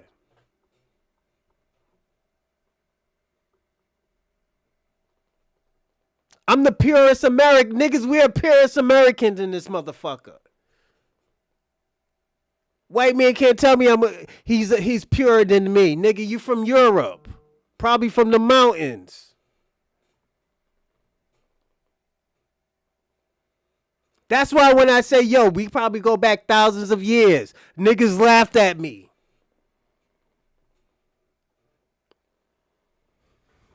Now we got Ping One Chopstick explaining now.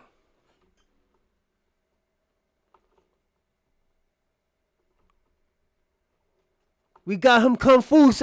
We got him confused planning now.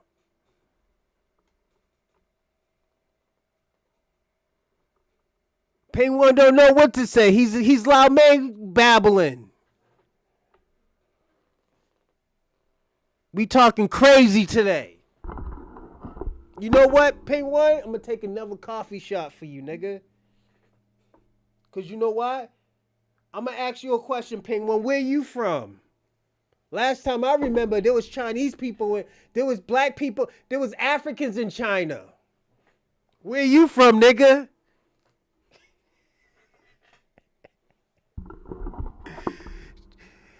Ping One. Last time I remember, there was black people in China. Where are you from? Niggas never seen you here before. Where you from?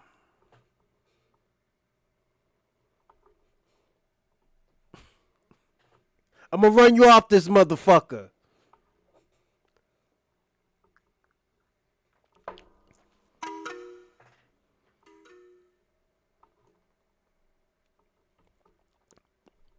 You from where?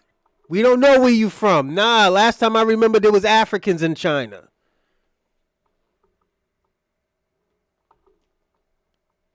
But you can't even say you love China. You know why? Because niggas who look like Nelson Mandela was in China before y'all niggas. So what are you talking about, nigga? There was spear chuckers in China before you niggas was in China. Where you from, nigga? There was niggas eating bush meat in China. Where you from, nigga? That's African land.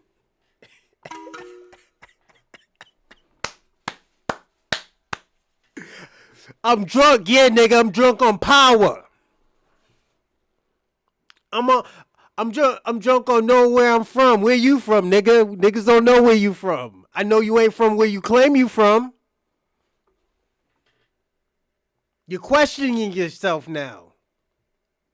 You're questioning yourself. Where you from?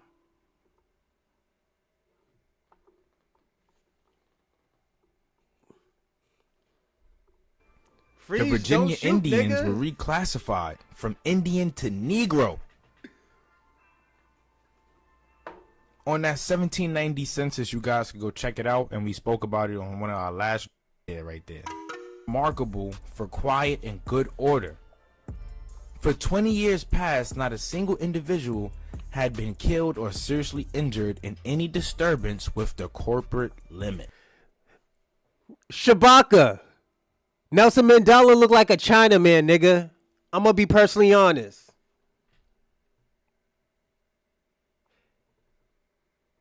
It looks like Nelson Mandela's father was messing around with one of them Chinese women. I'm just being personally honest. You can be mad at me all you want, but he looked like a Chinaman. There's nothing wrong with that.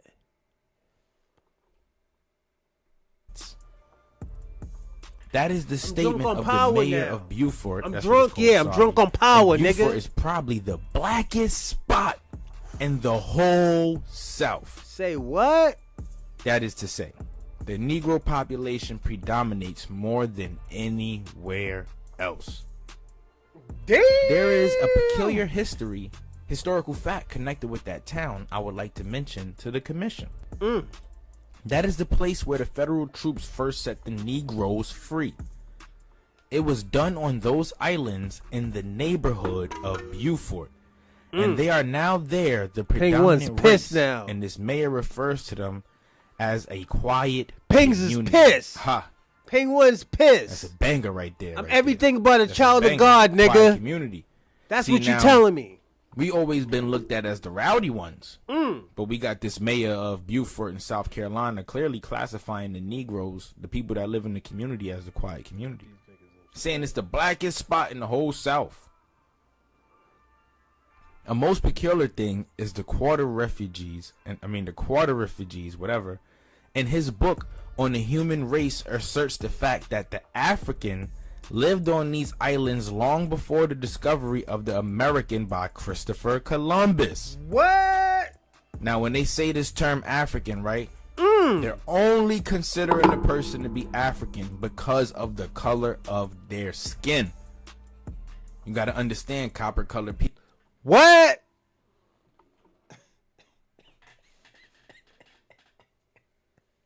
I can't make no shit like this up, player.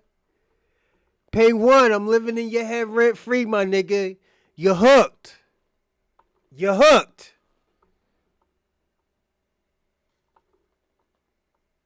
You're hooked. You don't know what to do. Shout out to you, but like, yo, my nigga, where you from? You can't even claim Asia anymore, bro. I'm giving that to Africa now. Africa, that's your country now. We're going to attach Asia to Africa right now. We're attaching Asia to Africa right now. That's their country. That's not even your country. You're a colonizer, nigga. Penguin, you're a colonizer. You're everything that you wanted to be. You had a colorism problem. You got it now. You're a colonizer. You colonize Asia. What are you talking about, my nigga? All those other people, the Southeast Asians and stuff like that, in those countries, that's their shit. But you, my nigga? I don't know where you from, my nigga. Maybe you're from the Caucasus Mountains of Georgia, Russia. You're probably part of that gang. The phrase. Thank you. Where did them niggas come from? Yo, she built a journal. Let me ask you a question. Where did them niggas come from? People existed all over this world, all over the globe. Well, we ain't even call you Asian anymore. You're not even a real Asian, my nigga. Come on. So you gotta understand that African stuff right there, that's all like a conjecture. You know, nigga, it's an I didn't even touch the bottle. a suggestion. Yeah, you're assuming these people are African. He is the high authority, and he says that the Yamasee Indians were Negroes. We knew this already, though, because who told us? Chief Sekou. Chief Sekou of the Yamasee Nation, if you check out our last live stream, already put us on. He already told us. his people were being enslaved because of the color of their skin, right? The Yamasee Indians were Negroes, what were known afterwards as the fiercest of the Indian tribes of the South. The well-known Yamasee Indians.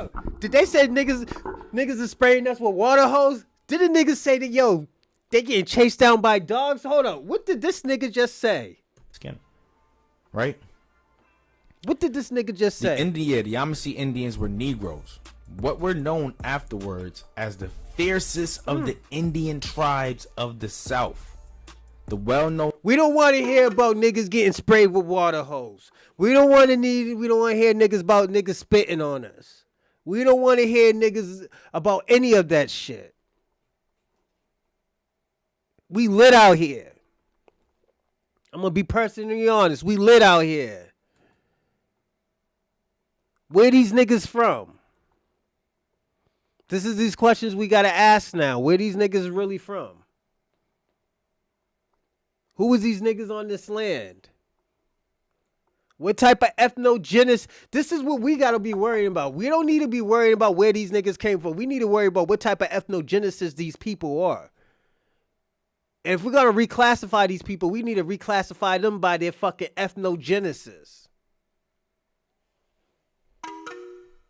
We don't need to make them generic fucking Latinos. We don't need to make them generic fucking Black Americans, Asians. No, we're not doing that.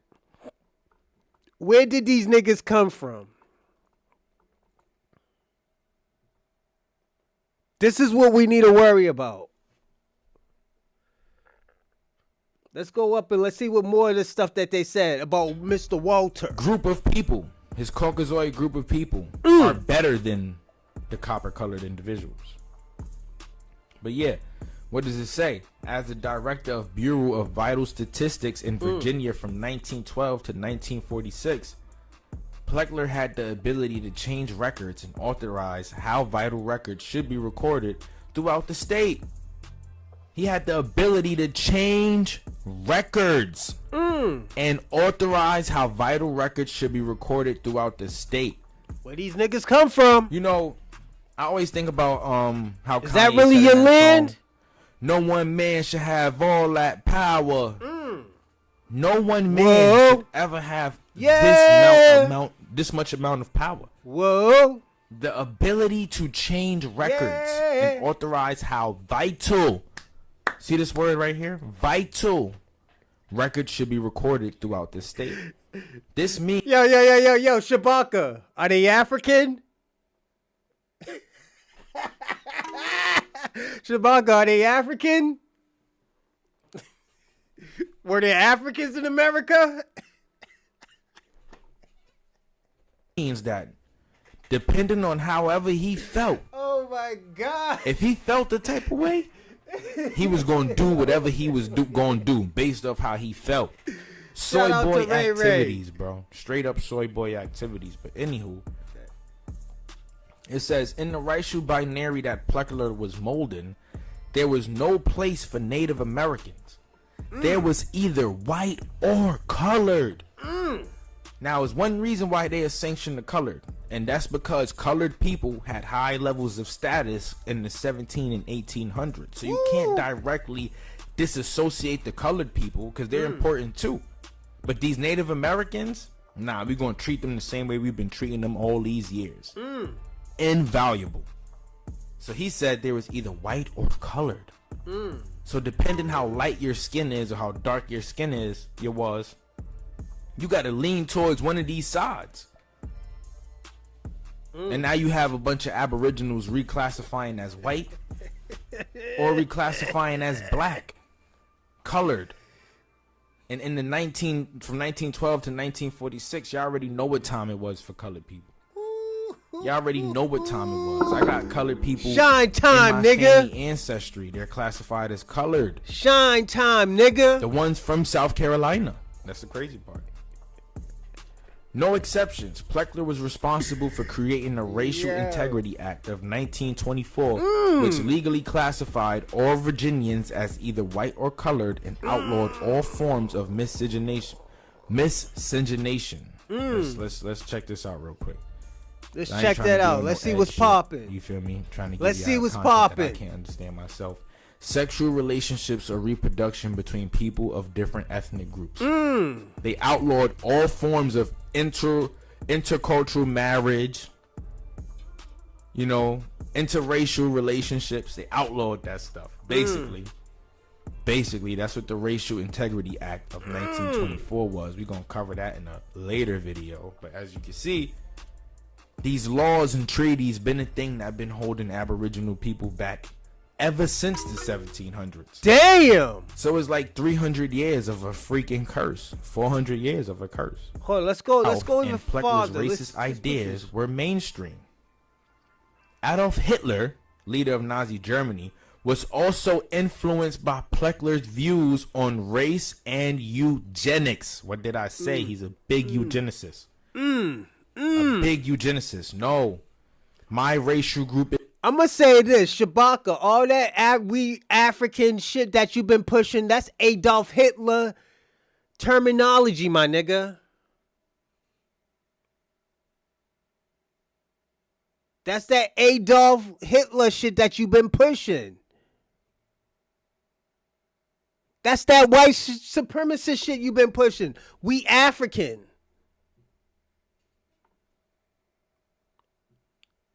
That's that Adolf Nazi shit you've been pushing. That means you're a borderline Nazi, Shabaka. You don't believe in black love. You don't believe in black power. You're not even a pro-black activist. You're a secret agent for white supremacy, my nigga. Is better. Let's go At farther. the beginning of the letter, Plecker makes his intentions crystal clear. What was it? On December 1942, letter to local registrars also mailed to the clerk set forth the determined effort to escape from the Negro race of groups of free issues or descendants of the free mulattoes of early days. So listed prior to 1865 in the United States Census and various types of state records, as distinguished from slave Negroes. Now that these people are playing up the advantages gained by permitted to give the advantages gained by being. Hold on, you said black Melik MAGA sellout. Let me tell you something, Ping One. The ideology you push is Adolf Hitler's ideology. He just told you that. That Walter Plecker shit that you're pushing, nigga, you ain't no better than Adolf Hitler. You're a white supremacist, my nigga. How the fuck you trying to reclassify black Americans and you don't even know who you are? You don't even know where you came from. Where the fuck you came from 3,000 years ago, my nigga?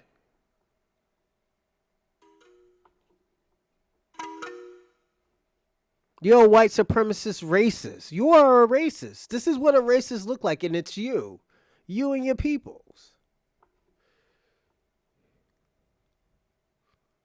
I'm gonna be personally honest, my nigga. You burnt your bridges. This was a good show. Hold on. We almost done. Permitted to give Indian as the race of the child's parents on birth certificates, we see the greatest mistake made in not stopping earlier the organized propagation of this racial falsehood. So basically what he's basically saying in this letter, yeah, nigga, drunk on power, nigga. I'm out here drunk on power. Whoa. Hey. Whoa. They set forth niggas drunk on power out here. The effort to get away from the Negro race. Oh yeah, don't forget to like and subscribe and comment in the live chat and stuff. And if you want, and biggest thing I need you to do, hit that like button and also subscribe. If you want to donate to this podcast, I will put it in the live chat, but you could also find it in the description. All you got to do is click the link in the description, but I will throw it in the live chat. Salute to all of y'all and thank y'all. Or descendants of the free mulattoes. They wanted to steer away from that. Like, all right, we gotta tighten this up. We gotta take these people away from the things that make them free. And we gotta reclassify them and keep them under this one banner. Because it's getting out of hand. They mentioned 1865, what happened around this time. The Emancipation Proclamation. Black people were now free from bondage all over. This include Aboriginals, Swarthy Europeans, and Africans, all three together. So after that, it's like, all right, we got to think of something to slow these mother lovers down because they getting too comfortable, basically. We got to organize this and bring it together. We see Plecker refer to the people as free issues, which is a reminiscent of the language that Oscar W. Blacknall used to describe Granville County's Native Americans, which I blogged about here as well. Okay, in this blog post, this person talk about that. Also apparent is Plecker's idea that the Indian racial category was providing social advantages. The Indian racial category was providing social advantages that should not be allowed to Negroes. What the hell did I just say? What did I just say? That's why I said, bro, we dropping bangers, bro. We going crazy because the content that I'm delivering, this is all raw. It's all raw. It's all truth. My nigga from a different planet is lit out here. Who's my man's name? Copper Color King. Salute, player. Salute. I'm giving you a subscription. I'm subscribing, player. I'm subscribing today. Nigga, you dropping bangers right now. You know, I'm a lid right here, man. He's killing niggas right now. Ping One don't know what to do. He's attacking everybody. That nigga's attacking everybody. Ping One don't even know where he from. I got him thinking, let me tell you something. I got him rethinking where he from. Shabaka, you don't even know where you from. Where in Africa you from, nigga? That you never ran from. What part of Africa you never ran from? Or the last place you ran from, nigga? Let's get crazy now. I'm gonna say this. I'm gonna land after this.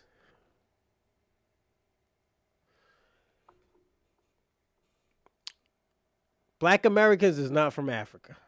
I'm sorry, and I have to say it. After we did this, I'm going to be personally honest. After we did this research, educational topic, Black Americans is not from Africa. But I got to say this. We got to question these Latin countries now. We got to question these Latin countries.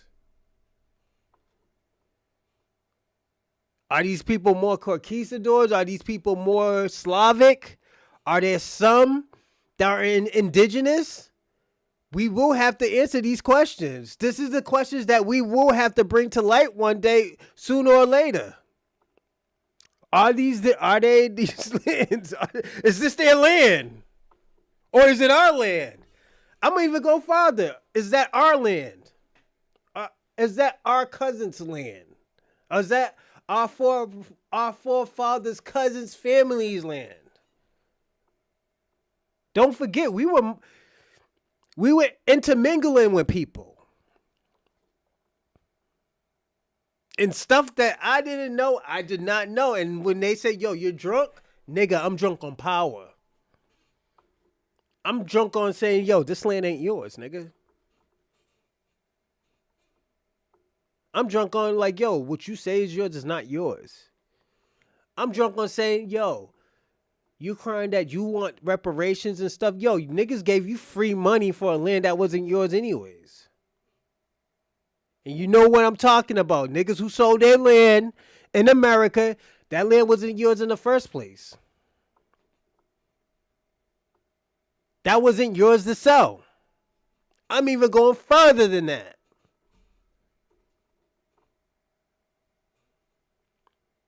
So the question is, was the whole North America ours in the first place? Where did these niggas come from? Where did these niggas come from? And I know I'm going to get backlashes from this, but like I said, I see your comparisons. Latins and Asians. They both like to fuck with machetes. They like to chop up people.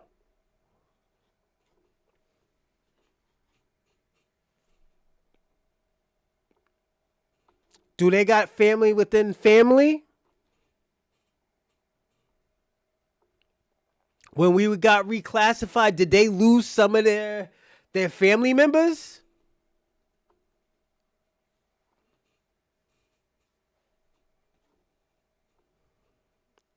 Is Africans really Asians? Is that really their country?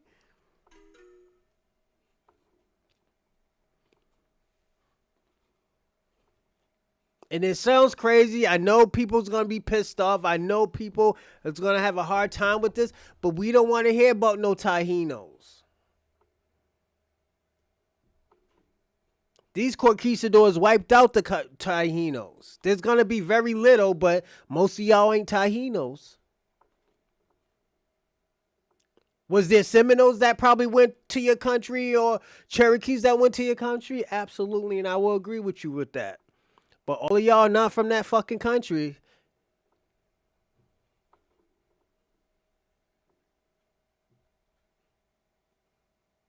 No, nah, Shabaka. We don't want to hear the bullshit now. I will tell you that. We don't want to hear that bullshit now about Africa, about Nigerians talking about Virginia. Don't tether. You should be trying to get back fucking Benin and Togo. And you know, and let me tell you something. If you're a real African from those countries, you know what I'm talking about. You should get back those 3 countries. That was actually one at a time.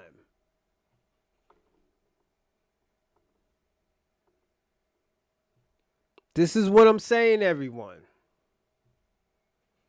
This is where I'm saying where things is getting crazy now. I didn't know. I'm going to tell y'all the truth. I did not know this show was going to turn into this. I didn't know that I was going to say like, yo, Latinos might be actually Asian people. Ethnically, they might be Asian people. And we might not know that. I personally might think that they're Asian people. I'm not going to give you an exact answer right there, but the information we just got today,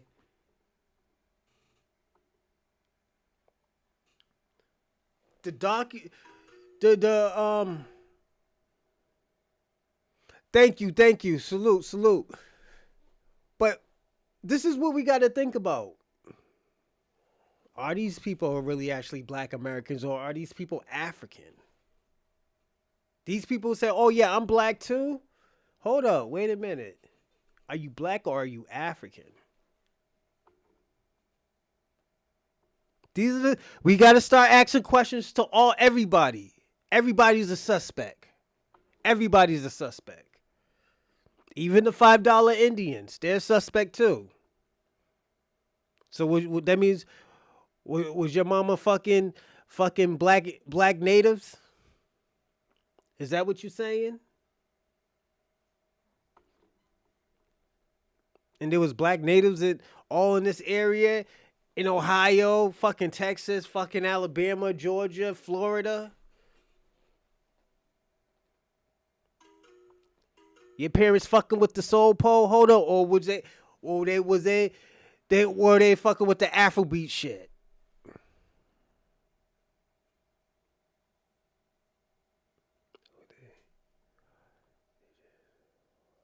Need facts. They just want dollars.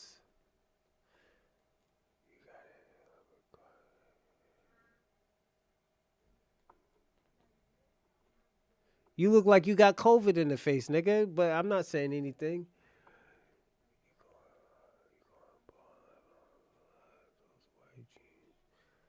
Oh, so you're jealous of me too. Let me tell you something. I'm gonna say this. Where are you from? Nigga, where are you from? Where are you from? I already know Ping One is racist. He called me a monkey yesterday.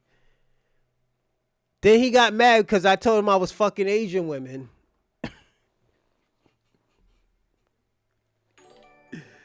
Salute. Thanks for the follow. She called me baby. Salute. Yeah, he got mad. Giving them that soul pole. Stretching that coochie out. Stretching the Hello Kitty out. Fuck Breakzilla. Call me Stretchzilla, nigga.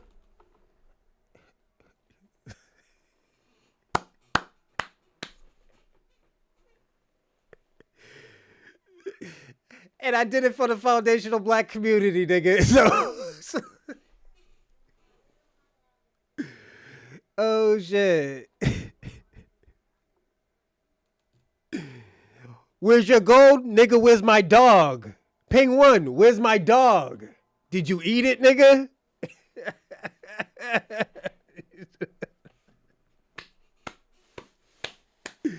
Yo, Ping One. You're around civilized people. You don't got to eat domestic animals anymore.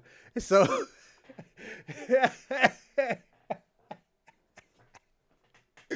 oh shit. But I'm gonna give my shout outs, man. I'm Lynn right here. I'm gonna give my shout out. Shout out to She Built a Journey. She Built a Journal. Shout out to Question Everything. Salute Player. Shout out to Ping One. Shout out to Ray Ray. Shout out to Call Me Baby. Shout out to Meet the YouTubers. Shout out to Shabaka. Shout out to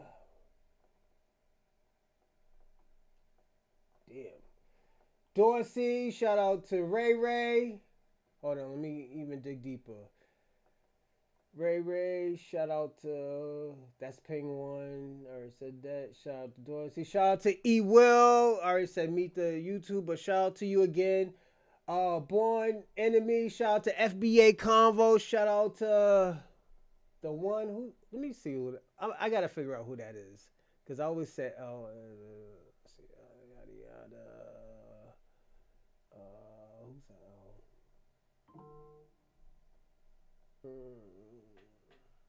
damn, they're not letting me see. But let's see. I gotta figure out. Shout out to. Oh, let's get it. Let's get it. 004. Shout out to you. I said shout out to Question Everything. Shout out to Rando. Shout out to I think I did that one. Sure you know, hate it. Shout out to EL. Shout out to Spence. Shout out to DJ Biggs. Shout out to all of y'all. Even Question Everything who just came in here. Salute, man. Let me see what y'all saying before I leave. Yada yada yada. Damn, nigga, you just disappeared. Let me see.